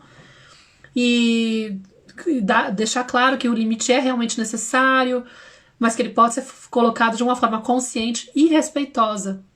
A confusão que a gente faz aí é achar que o limite ele tem que ser duro, né? Ele tem que ser uma coisa do tipo, taxante, como eles falam aqui na Espanha, né? Tajante. E aí depois eu vou fazer um encontro para falar da culpa materna. Por que a gente se culpa tanto? Da onde que vem essa cobrança? Da onde que vem esse perfeccionismo? Porque eu tenho tanto medo de errar? Por que eu tenho dificuldade de aceitar quando eu erro, né? Vou fazer essa diferenciação entre culpa, autorresponsabilidade. Como que eu faço para lidar com os erros com mais amorosidade? Como que eu faço para aceitar a mãe que eu fui até agora? Porque muitas vezes tem uma dor também muito grande do tipo, eu só fiz merda até então, eu não sei o que fazer, dá tempo de eu fazer alguma coisa, né? E como que eu faço para aceitar a mãe que eu sou? Porque também rola uma cobrança às vezes de toda hora que acontece alguma coisinha fora do que eu coloquei no meu script, eu vou lá e volto com um discurso maltratador, de me sentindo a pior mãe do mundo e desperto um monte de sentimentos ruins. Então a ideia é ajudar vocês a remodelarem, né? A transformarem esse discurso interno numa coisa mais amena. E a ideia do autocuidado, né? Como que a gente faz para aprender a se priorizar depois que a gente está há décadas pensando no bem-estar dos demais e achando que é responsável pelo bem-estar dos demais e se cobrando essa presença constante pro outro, pro outro, pro outro. E aí vem a maternidade, chupa toda a energia que a gente tem, até o momento que a gente tá lá no chão, sem nada, e a gente fala, se eu não olhar pra mim, quem é que vai olhar pra mim? Se eu aprendi, inclusive, a me tornar invisível para não dar trabalho, a não saber fazer pedido para não incomodar, entendeu? E aí, ou seja, a gente vai se dando conta e assumindo o lugar que a gente se colocou também, entendeu? De certa forma, porque no fundo, mesmo que inconscientemente, mesmo que sem intenção, por uma questão de proteção mesmo, a gente vai criando uma máscara, vai criando uma identidade, um personagem que, pra nos proteger da sensação de reviver aquele sentimento de rejeição da criança, aquele sentimento de ter sido traída, de ter sido, tipo... Eu tinha até notado essa parte, eu não cheguei a falar. Mas a criança, em algum momento, ela se sentiu invisível. Então, tipo, como eu não quero, de novo, encontrar uma situação onde eu me sinto invisível, eu já vou me tornar invisível. Eu já vou ser aquela pessoa que não demanda pro outro. Porque eu não corro o risco de me decepcionar quando eu estiver pedindo e não receber de novo. Entendeu? Mas o que eu também escondo quando eu me torno invisível, eu escondo que existe uma necessidade enorme de receber. E aí eu me torno essa pessoa que não sabe receber, que não sabe pedir e não sabe receber. E isso não só mexe com a maternidade, isso mexe em vários âmbitos da tua vida, né? Enfim, é um trabalho para a gente poder aprender a se priorizar de novo, resgatar a autoconfiança e o senso de merecimento, né? E também o trabalho de maternar essa criança interior, né? Tipo, como que eu faço para entrar em contato com essa criança interior, recuperar esse amor incondicional por mim mesma. Porque a grande dificuldade que eu tenho de acessar esse amor quando meu filho tá se comportando de um jeito que me tira do lugar, né, do eixo, tá falando da minha incapacidade de me amar completamente. Porque se eu ainda me rejeito quando eu, sei lá, tô triste, ou quando eu me comporto mal com a minha criança, com meu filho, se eu vou lá e grito, de repente eu começo a me rejeitar. Faço uma coisa qualquer de errado e fico com aquele discurso maltratador. Me sinto mal com alguma coisa e falo, não, não devia não devia ficar triste por causa disso, isso é bobagem. Tipo, qualquer um pode se virar, olha só, fulano de tal não sofre por causa disso, por que eu tenho que sofrer por causa disso? Ou sinto medo de tal coisa e fico lá me dizendo pra mim que não tem motivo pra estar com medo. Ou seja, eu não estou me aceitando por completo. Eu tô lá acreditando que eu preciso me consertar. Se eu tenho essa cobrança comigo, isso vai reverberar nas minhas relações. Eu vou achar que os outros têm que se livrar das próprias imperfeições. Então, o trabalho seria justamente da gente Tem uma galera aqui que tá causando, né? Tipo, não sei de onde que eles vêm, desculpa, gente. Eu não tava olhando todo mundo e me tira um pouco da... Mas o trabalho que eu tenho visto, que a gente atira pro lado errado. A gente vai atrás de um alvo errado. A gente fica achando que o ideal seria a gente chegar num momento onde a gente vai conseguir dar conta de tudo e ser perfeita. Sem querer, a gente tá se cobrando isso, por mais que a gente saiba que não existe a perfeição, tá? Mas no fundo, a gente tá buscando, perseguindo isso. E o grande barato é quando a gente abraça as imperfeições e integra elas. A cura vai vir dessa aceitação. Tá tudo bem eu de vez em quando gritar. Sabe? Tipo, isso faz parte, é inevitável. Claro que o trabalho vai ser eu sempre tentar modelar, me trabalhar para evitar que isso seja recorrente, para não ficar com essa criança birrenta, né? Eu vou assumir o trabalho de se eu tive esse ataque hoje, é porque tem uma necessidade não atendida, eu vou cuidar disso, eu não vou deixar aquela coisa, né, ficar acontecendo e falar, não tem problema porque tudo bem eu ser imperfeita. Não é isso. Não tô falando disso. Mas eu tô falando que, tipo, não, eu posso também ter os dias ruins. Tá certo, faz parte. Eu sou um ser humano.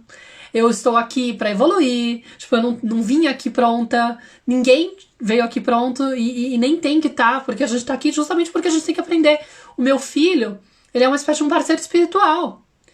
Ele vem pra me ensinar muita coisa. Então é lindo, porque a gente olha pra coisa de uma forma mais ampla, mais distante, e tira um peso, tira uma pressão. Você já consegue lidar com muito mais leveza e isso faz com que você olhe com mais amorosidade. Então eu olho depois de 1 hora da discussão do colar, né? Tipo, a droga do colar, de eu entender que não é pra ontem que eu preciso colocar isso pra Nara. Talvez eu tenha que observar essa questão. Eu falo, onde que tá a minha inflexibilidade? Onde que tá a minha dificuldade de aceitar? Por que ela tá tão mandona? Será que eu tô mandona? Tem que observar isso, sabe? Mas aí eu tenho que ser humilde. Eu tenho que aceitar esse convite. E ele é muito, muito especial, muito delicado. É exatamente isso. Quantas fichas caindo, eu tive que desabafar com a minha sogra, pois não estava aguentando de tanto acumular. E isso também é muito lindo, né? Porque a gente também, às vezes, se vê nesse lugar vulnerável e não sente que tem o direito de desabafar. Né? Quantas vezes a gente não tem uma amiga próxima mesmo que pergunta, tá tudo bem? E a gente fala, tá tudo bem. Depois a gente pensa, não, eu tô péssima, mas eu não tenho coragem de falar, dá vergonha, olha só que louco. Quando a gente entra nesse lugar de achar que a gente é a pior pessoa do mundo, a gente tem vergonha de se expor. Porque, eu não quero que reconheçam em mim aquilo que já tá doendo aqui dentro, entendeu? Nossa, quase chorei ouvindo você falar. Sério, Elisângela? Foi pra mim essa live. Vem pra mentoria, querida. Porque, tipo, eu acredito muito no poder do grupo. Acho que é maravilhoso. O horário da mentoria vai ser de 2 a 4 da tarde, às quartas-feiras, tá? É um horário que como eu moro na Espanha, a gente tá com 5 horas de diferença. Eu pensei nesse horário, pensando que é melhor depois do almoço. Porque, não sei, foi a sugestão que eu tive, entendeu? Ah, você mora em Madrid, perfeito. Tem alguém aqui que mora em Madrid. Pra você é fácil. Então, pra gente é... Ai, ajuda. De 7 a 9 da noite, tá bom? E quem mais? Alguém falando obrigada. Força. E a Pete falou, estou em processo de separação e tô segurando tudo sozinha, não está fácil. Eu sei o que é isso. Eu já vivi uma separação. Na verdade, a gente tá vivendo juntos, morando juntos por conta do confinamento, mas estamos separados. Mas a gente pode falar bastante sobre essa questão, é muito pesado mesmo, né? Ontem eu tive que falar da sogra, já foi. E que mais que eu posso falar pra vocês entenderem a proposta? Vai ter um grupo no Telegram, que na verdade ele não vai ficar aberto toda semana, mas é uma ideia da gente poder fazer algumas trocas. Eu vou deixar um tempo pra vocês poderem colocar questões e tal, pra gente poder meio que fazer um compilado, assim, de talvez... Eu acho que uma das coisas que é mais potente que eu vejo no grupo é quando rola uma troca entre vocês, entendeu? Entre vocês começarem a falar nesse espaço que é muito seguro, que sem julgamento, até porque a gente entende como funciona a projeção e a gente entende que quando a gente entende como funciona o fenômeno da projeção, a gente percebe que quando a gente está apontando o dedo pro outro, na verdade a gente está apontando para si mesmo, né? Então se eu acho que o outro está sendo isso ou aquilo, no fundo é um medo gigante que eu tenho de ter aquilo também, ou às vezes é algo que eu tenho, mas eu reprimo e tenho muita dificuldade de assumir. No fundo é isso, porque a gente tem tudo, né? Então, julgamento não tem espaço quando a gente percebe como funciona. Ah, tem alguém, a Mayra falando que as filhas estão dormindo nesse horário perfeito. Ainda tem vaga, e são só 15 vagas, então tem que correr. O link tá na minha biografia, também pode me escrever por inbox se vocês preferirem. Também tá no Telegram também, eu tenho um canal do Telegram. Ah, inclusive eu queria fazer uma coisinha com vocês. Uma coisa que eu pensei que eu não sabia se era tempo. Vocês acham legal de eu trazer pra cá? Porque assim, uma das coisas que é muito importante, né? Aí quase que desviando do assunto. Seria onde encontra informações sobre o valor da inscrição, tá? Tem no link da minha biografia. Entra lá no meu perfil. Né, clica aqui no meu negócio aqui no perfil. E aí tem aquele link azul pra você clicar. E aí lá vai ter... Eu acho que o primeiro botão é o da mentoria. Pra você ter a informação lá do Simpla, tá bom? E aí se você não encontrar, manda uma mensagem inbox. Canto maternar, hein? Não esquece. Às vezes você pega aí sem querer a live. Mas aí você me escreve por inbox que eu te mando o link, não tem problema nenhum. Mas é o seguinte, é muito, muito, muito, muito importante a gente quebrar algumas crenças que a gente tem, né? E eu já fiz formação em Theta Healing, por exemplo, que é uma ferramenta que é maravilhosa para poder trabalhar a questão de quebra de crenças, né? Mas eu também gosto muito do Ho Oponopono. Não sei quem conhece aqui o Ho Oponopono. Querida, tá? A Dalva tá perguntando do que se trata. Porque eu acabei de fazer uma live, que na verdade já faz 1h20 que eu tô aqui, falando sobre por que a gente perde a cabeça com os nossos filhos. Tá aí fixado o título dela. Mas eu tava falando que eu adoro o Ho Oponopono. Não sei se vocês conhecem o Ho Oponopono. A Bianca falando que me segue faz tempo. Que bom, querida. Então vem pra mentoria que vai ser lindo. Tô super empolgada, tô muito emocionada, na verdade, gente. Um parênteses, eu tava falando do Ho Oponopono, mas eu vou falar disso. Tô muito emocionada, até por ser perfeccionista, olha que louco. É muito doido isso. Porque a Rosane falando que ela faz o Ho Oponopono. Porque é muito difícil a gente acreditar que a gente pode trazer algo pro mundo, né? E que as pessoas vão gostar do que a gente tem. A gente fica achando que a gente tem que se aprimorar. Tem que ser, tipo, só quando tiver muito bom, muito perfeito, muito, tipo, ainda falta isso, ainda falta aquilo. E de repente a gente se prende. E não vive as experiências, e não consegue viver o caminhar. E perde muito com essa coisa do oferecer, e não saber receber, né? Fica só dando. E não sabe se dá o valor, né? Não acredita. Então, tipo, de certa forma, eu tô feliz porque foram alguns passos que eu dei esse ano, né? Tipo, primeiro eu comecei com os atendimentos individuais e agora eu tô com essa ideia de fazer o grupo e é o primeiro grupo. Então, pra mim, vai ser uma honra gigante ter vocês comigo, ter vocês meio que experimentando esse formato, né? Porque é uma coisa que eu me dispus. Eu falei, cara, eu preciso me lançar ao desconfortável, a parte do desconhecido, que é tão temida por um perfeccionista, né? Vocês sabem, quem aqui tem essa ferida aí de achar que tem que fazer tudo perfeitamente, odeia a ideia de fazer uma coisa que não tem controle, não sabe o que vai ser, né? É super angustiante. E eu tô feliz, porque eu estou me permitindo, estou ousando e me permitindo a viver uma coisa que eu não tenho como saber, né? Tipo, mas eu acredito muito, já tenho muito mais autoconfiança, já trabalhei muita coisa em mim e eu consigo acreditar que vai ser muito lindo. Nossa, muito isso, né? Eu também sinto isso, de nos cobrarmos sempre estudar mais e nunca estar pronto para começar.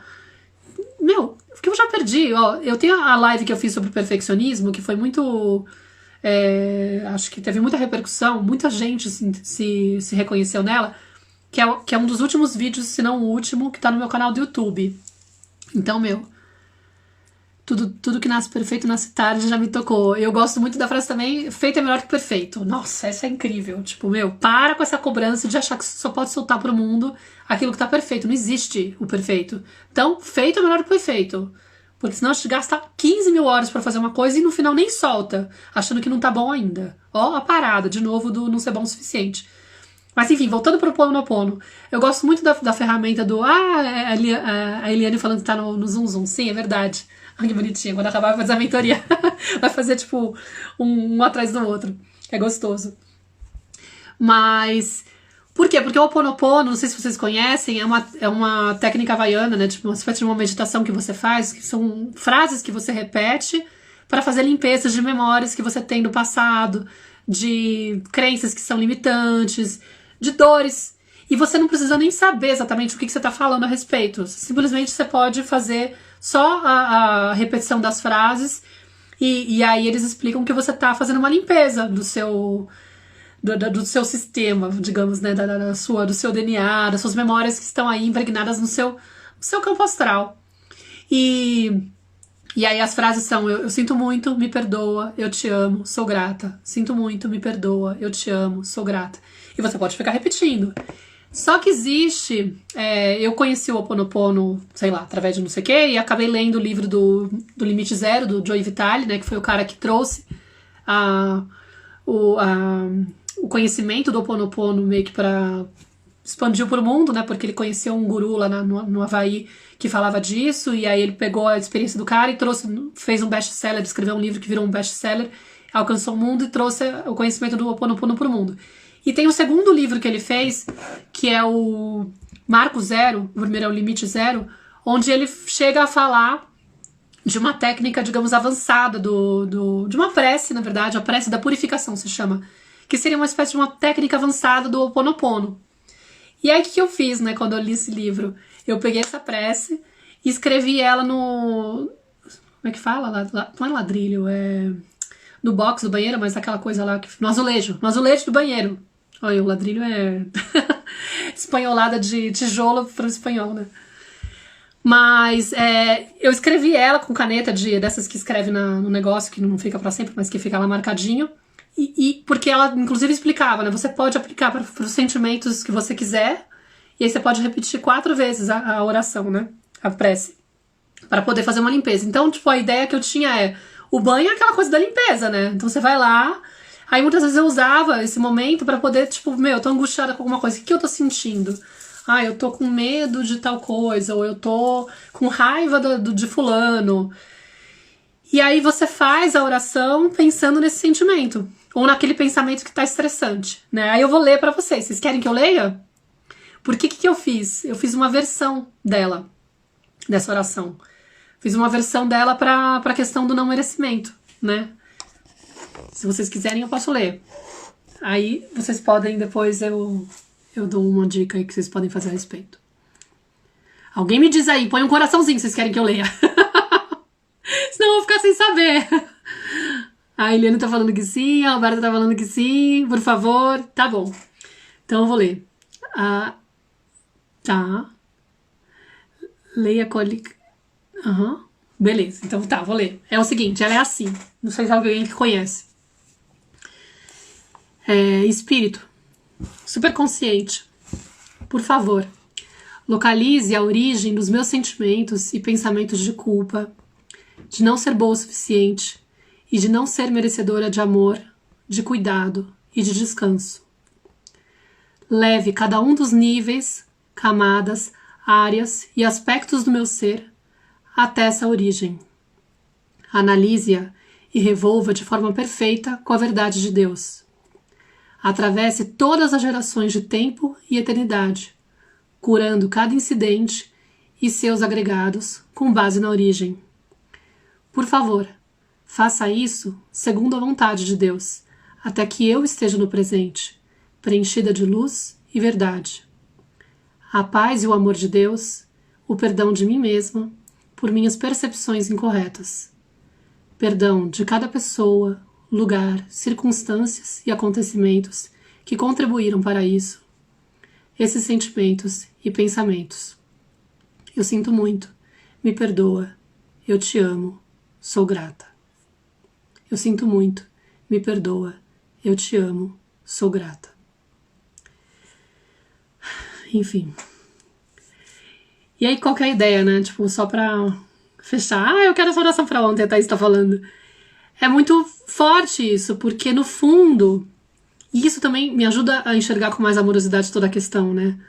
A gente tá repetindo padrões, né? Muitas vezes a gente tá querendo negar aquela educação que os nossos pais deram pra gente, com aquela raiva do tipo, eles não fizeram o suficiente pra mim, porque chega um momento que é importantíssimo a gente validar essa dor da criança e reconhecer que sim, doeu, que sim, eu me senti desassistida, Sim, eu me senti com as necessidades não atendidas, né?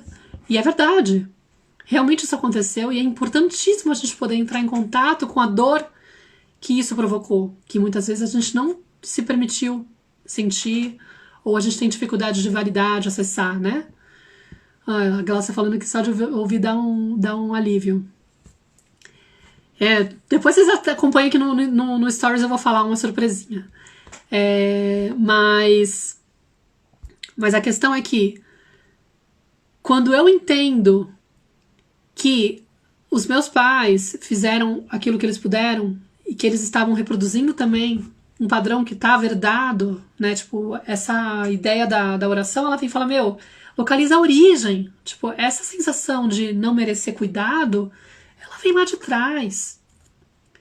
Eu citei outro dia aqui, em alguns espaços, em alguns momentos aqui, acho que em post também, uma cliente minha falando, e depois acho que eu coloquei inclusive em post, assim, e outras pessoas falaram que acontecia também na casa delas. A cena dela, que ela presenciava, ela era cuidada muito, ela ficava muito na casa da avó, né? E as refeições na casa da avó, a avó dela não se atrevia a sentar antes de servir todo mundo. Ela servia todo mundo, as pessoas começavam a comer e ela ficava em pé. E quando ela finalmente sentava, inclusive as pessoas falavam, senta, avó, senta, mãe, senta, mãe. E ela, não, naquele lugar, tipo, primeiro eu tenho que cuidar de todos, eu tenho que, né, suprir o de todos. E depois, eu sou a última pessoa importante desse lugar, né? E quando ela sentava, a cadeira dela não tinha encosto, era um banquinho. Quase como se estivesse sinalizando, se acontecer qualquer coisa, você é responsável por cuidar de que nada saia do controle, de que todos estejam bem cuidados, de que todos estejam bem. Vocês entendem como é uma repetição. E aí uma criança que assiste isso acontecendo, ela naturaliza isso, ela entende que o papel daquela mulher é esse, que as mulheres, as mães, né, precisam primeiro olhar para os outros, primeiro olhar para os filhos, depois para elas. E aí quando ela se torna mãe, ela não se sente no lugar de se cuidar, de se olhar, de se sentir merecedora. Aqui eu já me peguei várias vezes olhando a fruta, sabe a coisa da fruteira? E pegar aquela fruta que tá pior, assim, e falar assim, então deixa que eu como essa, porque assim a Nara vai comer a fruta que tá boa. Ao invés de considerar jogar a fruta fora, eu fico pensando que eu não tenho o direito de comer a fruta boa. Porque tem alguém na... E às vezes a fruta boa, tem muita da fruta boa e ela apodrece também, sabe? Tipo, ela também vai ficando ruim. Não dá tempo da Nara comer todas. Mas eu não me atrevi a comer a boa, porque eu quis comer aquela que já tava quase ruinzinha. Porque, tipo, minha filha não, sabe? É muito louco isso. E aí, nessas horas, eu fico observando por que tem esse impulso de achar que eu posso comer uma fruta que não tá tão saborosa. Por que eu não me sinto no direito de comer a fruta mais saborosa e pegar a melhor? Manja? Por que a gente faz isso? Eu falo, de onde que vem? Limpa em mim a origem desse pensamento, dessa sensação. Olha, gente, eu faço isso, a Priscila falando, inclusive Priscila Soares, que é o nome da minha irmã, então fica parecendo que é minha irmã mesmo falando. Eu sempre. Priscila Soares, que não é a minha irmã, mas que também vive isso. Olha como somos todas parecidas. Já fiz isso com várias coisas, sempre deixo melhor pra minha filha. Não é muito louco? E aí a gente descobre que, na verdade, a pessoa mais importante do mundo somos nós. E que se eu não tô bem, nem quero colocar essa pressão de que eu só tenho que pensar no meu autocuidado por causa do meu filho, entendeu? Mas se eu não tô bem, eu não vou conseguir maternar bem. Isso também é um fato, tá? Isso também eu entendo que é um compromisso. Mas, independente da questão da criança, cara, eu sou a prioridade na minha vida. Eu sou, e eu tenho o direito de reivindicar isso, de falar disso, de aceitar isso, de cuidar disso, de cuidar de mim. Entendeu? Então, muitas vezes, esse lugar de que eu não tô dando conta, de que eu não consigo me cuidar, de que eu tô louca e sem paciência porque não dá tempo de pensar em mim, pode ser também reflexo desse padrão que você tá repetindo. Você não se considera prioridade.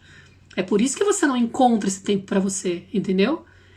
E esse espaço da mentoria também é um espaço de autocuidado. Porque se eu aprendo a reconhecer a origem da minha história, entender como que ela está refletindo na forma como eu estou agindo hoje, como ela está refletindo na forma como eu penso sobre o mundo, como eu penso sobre mim mesma, o discurso interno que eu tenho, a forma como eu me trato, que vai repercutir totalmente na forma como eu trato os demais, né, vai interferir em todas as minhas relações, vai interferir na forma como eu enxergo as coisas, como eu enxergo o mundo. Se eu estou fazendo esse autocuidado, eu estou voltando a recuperar essa capacidade de dizer eu sou prioridade, não quero nem saber. Tipo, eu tenho direito, sim, de parar 2 horas por semana pra estar num grupo de mulheres e tudo bem eu delegar pra figura que tá lá, que faz de uma forma mais imperfeita, mais inconsciente. Meu filho não vai morrer se ele ficar 2 horas com o pai, que ainda não tá buscando da mesma forma que eu, ou que ainda não sabe educar de um jeito tão amoroso e respeitoso, que ainda não entendeu que precisa trabalhar a criança ferida dele. Entendeu? Como fazer a mentoria, você tem que entrar no link da minha biografia, do meu perfil, para poder se inscrever naquele link. Se você não encontrar, me escreve por inbox, Canto Maternar, caso você esteja aqui de paraquedas, Canto Maternar, para poder... que aí eu te passo o link, tá bom? Mas começa na quarta-feira que vem. Eu sinto que eu estou deixando meu filho mais velho de lado.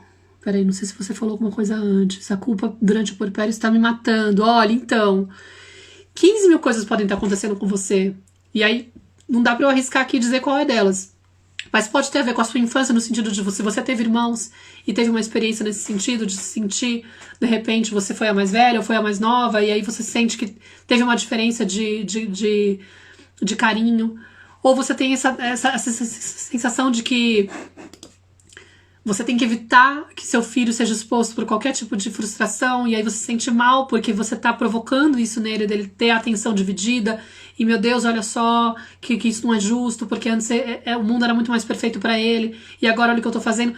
Enfim, podem estar rolando muitas coisas no seu mundo interno, além da dificuldade de repente, entender e validar os sentimentos dele. Enfim, tem muitas coisas que a gente pode falar a respeito. Isso dá, tipo, pano pra manga. E o que é legal do grupo, né?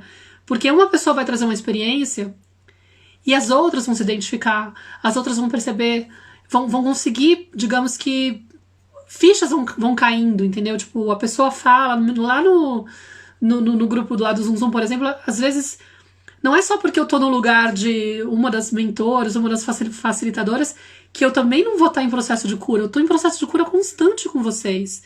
Nossa, quando eu aprendo, gravando os podcasts com a Clarissa, eu fico impressionada, eu saio de lá sempre tipo, com a alma lavada, com uma reflexão, falando, nossa, o da Flávia Penido, que a gente fez agora sobre o desmame, eu tive vários insights, releituras do meu desmame com a Nara durante a gravação, que eu falava, meu, Flávia, você acabou de me dar, você acabou de me fazer cair uma ficha gigante.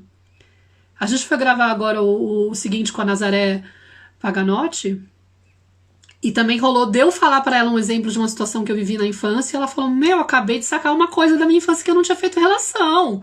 E faz todo sentido, sabe? É uma coisa assim constante. Mas é um olhar amoroso.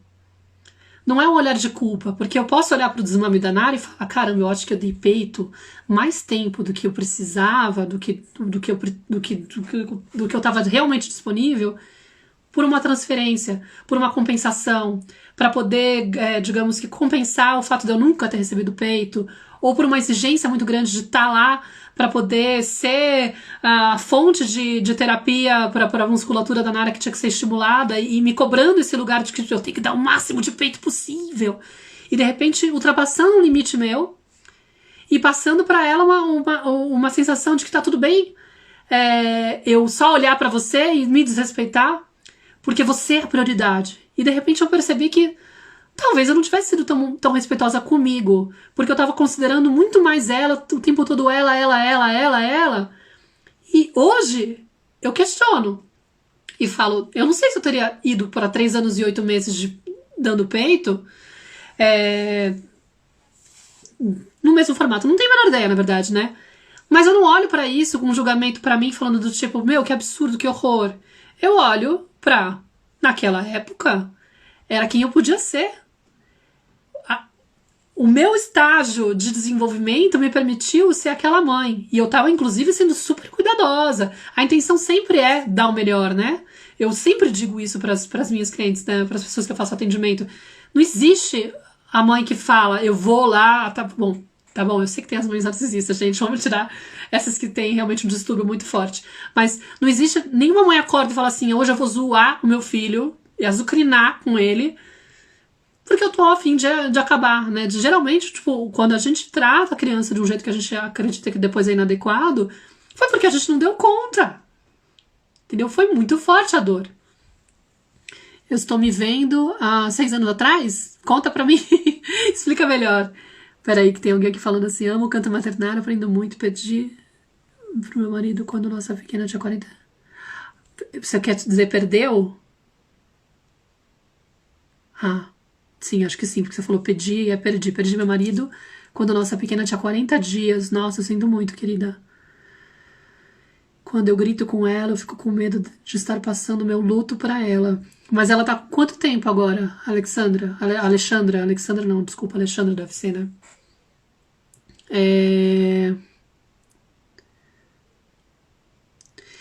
É muito importante essas consciências e essas investigações, sabe? E aí, e mesmo assim, mesmo quando a gente se dá conta, esse olhar amoroso do tipo, meu, pode ser que eu esteja despejando nela essa dor, transferindo para ela essa dor. E aí eu, no lugar de entrar nesse lugar de que horror que eu sou, como que eu faço pra assumir isso e separar ela dessa questão, né? Tipo, e não usar ela como essa válvula de escape, como esse lugar onde eu vou lá e despejo a dor que eu tô sentindo, né? O que eu faço pra ter uma postura um pouco mais consciente mesmo, né? Mas aceitando tudo que tá acontecendo, aceitando quem eu pude ser até agora, porque a dor falou muito, muito alto e às vezes demorou muito para eu chegar num espaço, sei lá, como o Canto Maternar, onde eu escutei uma live que fez eu perceber que tá, isso tá acontecendo, mas eu não posso permitir que isso continue acontecendo sem eu assumir a minha parte, né, a minha responsabilidade. Eu me matei pra amamentar, nossa, passei por muita coisa, esqueci totalmente de mim pra dar total mais pra minha filha.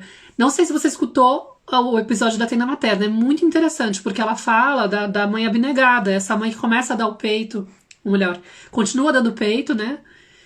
Até essa coisa da livre demanda, eu deixei a livre demanda por muito tempo. Eu fui parar a livre demanda com 2 anos e meio, quando eu já tava, tipo, no limite, de saco cheio. E aí foi quando eu comecei a perceber que eu tava me desrespeitando, porque eu tava dando aquele peito, meio que por obrigação, né, de tipo, tá, o certo é você considerar a criança, a necessidade da criança.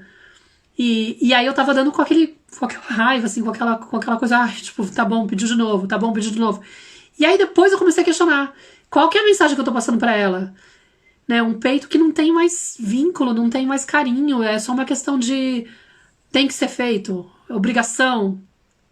E, além de tudo, com um desconforto de eu estar abrindo meu corpo para uma menina, além de tudo, né? Que depois vai crescer acreditando que tudo bem você abrir o seu corpo para o outro quando você mesmo não quer receber aquele toque, não tá afim. Que mensagem eu tô passando para uma criança quando eu deixo isso claro? Tá tudo bem você abrir seu corpo desse jeito, entendeu? Porque o importante é o prazer do outro, o importante é a necessidade do outro. Vocês estão entendendo onde eu quero chegar, né? Não sei se é mais claro. Enfim, muitos de nós, inclusive, entramos em situações onde a gente vive essa desconsideração do sentir do corpo. Desde que o outro esteja bem, como pro outro é muito importante, eu não posso deixar o outro desabastecido, ele tá muito afim, então, tipo, vou lá e aceito, né? Entro no convite da pessoa pra entregar o meu corpo, sendo que, na verdade, eu não tô afim, né? Mas eu vou. Será que eu não aprendi isso também quando minha mãe tava lá oferecendo e só considerando? Vocês entendem quando eu falo dessa coisa de que o pai e a mãe que tem que fazer essa questão de ser o modelo? Como que eu tô inspirando? Que crença eu tô passando para essa criança? Que valor eu tô passando para ela? Né? Vai ficar salva, tá com quase 2 horas de duração. Eu vou finalizar ela aqui. Eu vou agradecer, quero agradecer muito quem durou até aqui, quem passou por aqui. Foi muito legal, só ver aqui. Boa noite da Alemanha, a Gabi falando. Moro aqui há 14 anos, filhos nasceram aqui, sem família, me fechei numa bolha e hoje a mais velha com 6, me vi tão descuidada, acabada, sem tempo pra mim. Acima de tudo, de todos. É muito doido. E eu te entendo perfeitamente porque eu também moro fora, né? Também não tem ninguém na minha família aqui. E agora que a gente mora 2 horas, não, quase 1 hora da capital de Madrid, não tem rede de apoio. E viemos para um lugar que tem 9 mil habitantes. Então, tipo, eu sei o que é estar. De repente, inclusive, isso, às vezes, a minha sensação foi de que eu co-criei esse ambiente onde eu me basto por mim mesma, eu não dependo de ninguém, É um pouco da codependência isso. Eu não sei se você já leu a respeito, se você se identifica um pouco com isso, mas às vezes tem um pouco a ver com... Por mais zoado que seja o cenário, parece que a gente meio que construiu ele pra ser assim. Não sei se faz sentido, mas isso é papo pra outra live, porque isso daí é complexo, isso é profundo, são reflexões que eu faço, mas é interessante. Mas se quiser, vem também pra mentoria, porque aí a gente pode falar disso. Me lembrando quando eu chorei horrores às 2 da manhã, porque eu me vi e me reconheci. E é muito forte, né? E acho que é isso também. Acho que até é um bom tema. Ah, que bom. Mesmo com a pequena de Lázaro, eu consegui pegar bastante. Eu até quis fazer nesse horário a live pra poder testar, né? Tipo, é um horário compatível pra você? Se você tá aqui hoje é porque você tem mais ou menos compatibilidade com o horário das 2 às 4, que é o horário que eu quero. Então, ó, quem tiver interesse, entra lá no meu perfil pra clicar e ver a proposta por completo da mentoria, desses 6 encontros. Quem tiver alguma dúvida, alguma questão, tipo, Maíra, mesmo assim, eu não sei se é isso mesmo, me escreve por inbox, a gente conversa, eu mando áudio pras pessoas. Eu sou super, tento pelo menos manter uma presença. Pode ser que os horários das minhas mensagens venham num horário meio esquisito, ou que eu não responda hoje, porque hoje tá ficando tarde, mas aí amanhã eu olho, tá bom? Também Maíra sobre cocriação. Agora eu não sei, tipo, peraí. Mudei pra Berlim, agora para um vilarejo de 18 mil habitantes, o meu tem 9 mil, toca aqui! Eu sei o que é isso, eu sei. E onde eu tô, não tem vida noturna, não tem nada. Com corona, muito menos. Mas, nossa, eu fico, tipo, pensando, meu, eu sou da capital de São Paulo. Como assim, cara? O que eu tô fazendo nesse lugar? É muito doido. Temos muito papo pra mentoria, você vai ver só. Mas é isso. Entrem lá, qualquer coisa me procurem. E muito, muito, muito obrigada. Eu honro muito a presença de vocês. Eu sei o quanto é difícil, não só a gente conseguir um buraquinho pra tá nesses espaços de live, mas esse autocuidado, essa atenção, essa coisa de olhar pra si e falar, eu mereço, sei lá, 1h e 47 minutos com a Maíra. Eu acho que vocês não ficaram tudo isso, eu sei. Eu mereço um tempo de live com uma pessoa que eu curto seguir, que eu admiro, sei lá, que de certa forma fala de algum jeito que me toca, que me instiga, que me estimula. Saiba que eu tô super disponível e entusiasmada com essa possibilidade de estar nesse grupo. Acho que pode ser muito, muito bonito e curativo. Que a gente possa viver parte do nosso processo de crescimento de mãos dadas, se apoiando, se curando entre nós, se escutando, se abraçando, chorando, tendo espaço para o choro, assim, choro livre. Muita gente me escreve, desculpa, eu tô chorando. Eu falei, meu, por favor.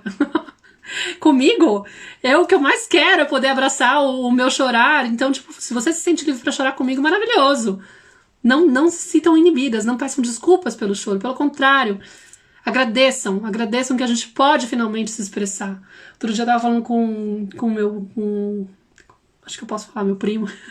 Se eu falo meu primo, apesar de eu ter 30 primos, mais de 30 primos, fica meio óbvio, não sei. Enfim, tava falando com ele e ele falando que ele é muito sensível, que ele chora muito e que muitas pessoas questionam ele. E aí eu falava pra ele, e ele falou assim, eu acho que eu tenho que chorar muito. Eu falei, não, as pessoas que têm que entender aliás, ninguém tem que entender nada. Talvez você tenha que entender que não tem problema nenhum que você chorar, é maravilhoso. Porque esse é o processo natural das emoções, entendeu? Não, a gente não tem que se consertar porque chora muito, a gente tem que se consertar porque não chora nada. Porque tem dificuldade de chorar. Porque se a gente tivesse preservado a capacidade que as crianças têm, e aí por isso que eu falo o tempo todo, que os nossos mestres são eles. Se a gente quer crescer, a gente tem que observar muito mais a capacidade que essas crianças têm, essa confiança que elas têm na essência delas, e baixar a nossa necessidade de controlar e moldar elas, entendeu? Esse que é o problema, a nossa necessidade de controlar e mudar a criança, e não a conexão que elas têm. Aí eu fico lembrando da Byron Katie, né, que acho que eu não canso de citar ela, mas no fundo é isso, tipo, enquanto eu tava lá, filtrada pelas minhas dores, olhando pra Nara e julgando ela, achando que ela tava me desmerecendo, me desrespeitando, não tava me enxergando, tava sendo folgada, tava sendo não sei o que lá, eu tava com 15 mil julgamentos em cima dela, não tava conectada com o presente. Eu tava em sofrimento, porque eu tava apegada com os meus pensamentos e julgamentos em relação àquela situação. A partir do momento que eu tiro aquele véu e olho para aquele momento, olho para minha filha, a realidade é muito mais gentil do que aquele filme que está na minha cabeça. Aquela criança é muito mais pura, ela é sempre pura, mesmo quando ela está sendo inadequada, gente. Vocês não têm noção. Um comportamento inadequado de uma criança é um grito de desespero, de ajuda. Eu não tô dando conta, eu não sei o que fazer. Por favor, me ajuda. Eu não sei o que fazer com essa dor. Eu não sei o que fazer com esse desespero, com essa insegurança de ter chegado um bebê na casa. E eu não saber se isso representa, se isso demonstra que minha mãe vai embora. Entendeu? Eu não sei o que fazer com a sensação de desamparo ou desespero quando acontece, sei lá, da minha mãe ir pro trabalho. E aí eu armo aquele berreiro, entendeu? Enfim, 15 mil coisas podem acontecer, de repente da criança responder de um jeito que assusta e a gente achar que o defeito é ela sentir aquilo. Enfim, 15 mil coisas. Mas acho que eu meio que fiz mais ou menos a ideia, né? Então é muito amoroso. Quando a gente começa a ter um olhar mais amoroso para tudo e entender que é muito mais bonito e puro do que a gente está conseguindo ver, que a nossa dificuldade de ver a pureza são as nossas dores, são essas projeções, e não é o que está acontecendo, entendeu? Não é o que está acontecendo. A criança está lá, no mínimo, pedindo a sua ajuda de um jeito inadequado. A live, que horas começou? Tipo, faz umas 2 horas, às 3 da tarde. Mas eu vou salvar se tudo der certo, né? Porque às vezes o Instagram fala, não, vou ficar quieta, senão eu cocrio a falha do Instagram. Mas é isso, gente. Também entrei depois, não tem problema. Se vocês quiserem ver a reprise, se tiverem paciência, tá lá. Mas aí quem se interessar pela mentoria, o link tá lá na biografia. Me escrevam depois, qualquer coisa, se vocês se perderem. Um beijo do Texas, que legal, muito legal. Já tive clientes também, vários clientes que estão nos Estados Unidos, muito legal.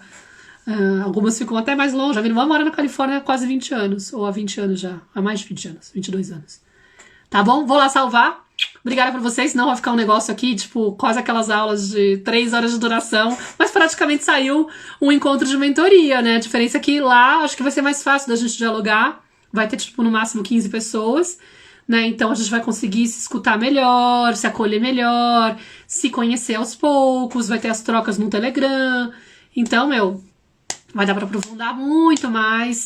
E aí a minha ideia também é trazer essas ferramentas, como por exemplo essa prece que eu trouxe para vocês, de ir contando coisinhas que eu faço que ajudam a me dar esse suporte para eu poder me sentir mais leve com tudo isso, entendeu? São anos aí de, de insistência nesse caminho e muito entusiasmo, tá bom? Muita vontade de trocar com vocês. Beijos! Não é gratuita, querida. É um grupo fechado, um trabalho que eu tô oferecendo para poder realmente trazer uma consistência, uma constância, tá bom? A Bárbara falando incrível, gratidão sempre, obrigada pela presença, abraço do Rio Grande do Sul. Entra lá no link, Ivanilce, para poder, da minha biografia, para poder ver detalhe, tá bom? E aí você diz se você acha interessante a proposta. Beijos, obrigada. Onde é que eu... Aqui. Ui, posso fazer aqui? Agora eu fiquei até com medo de fechar.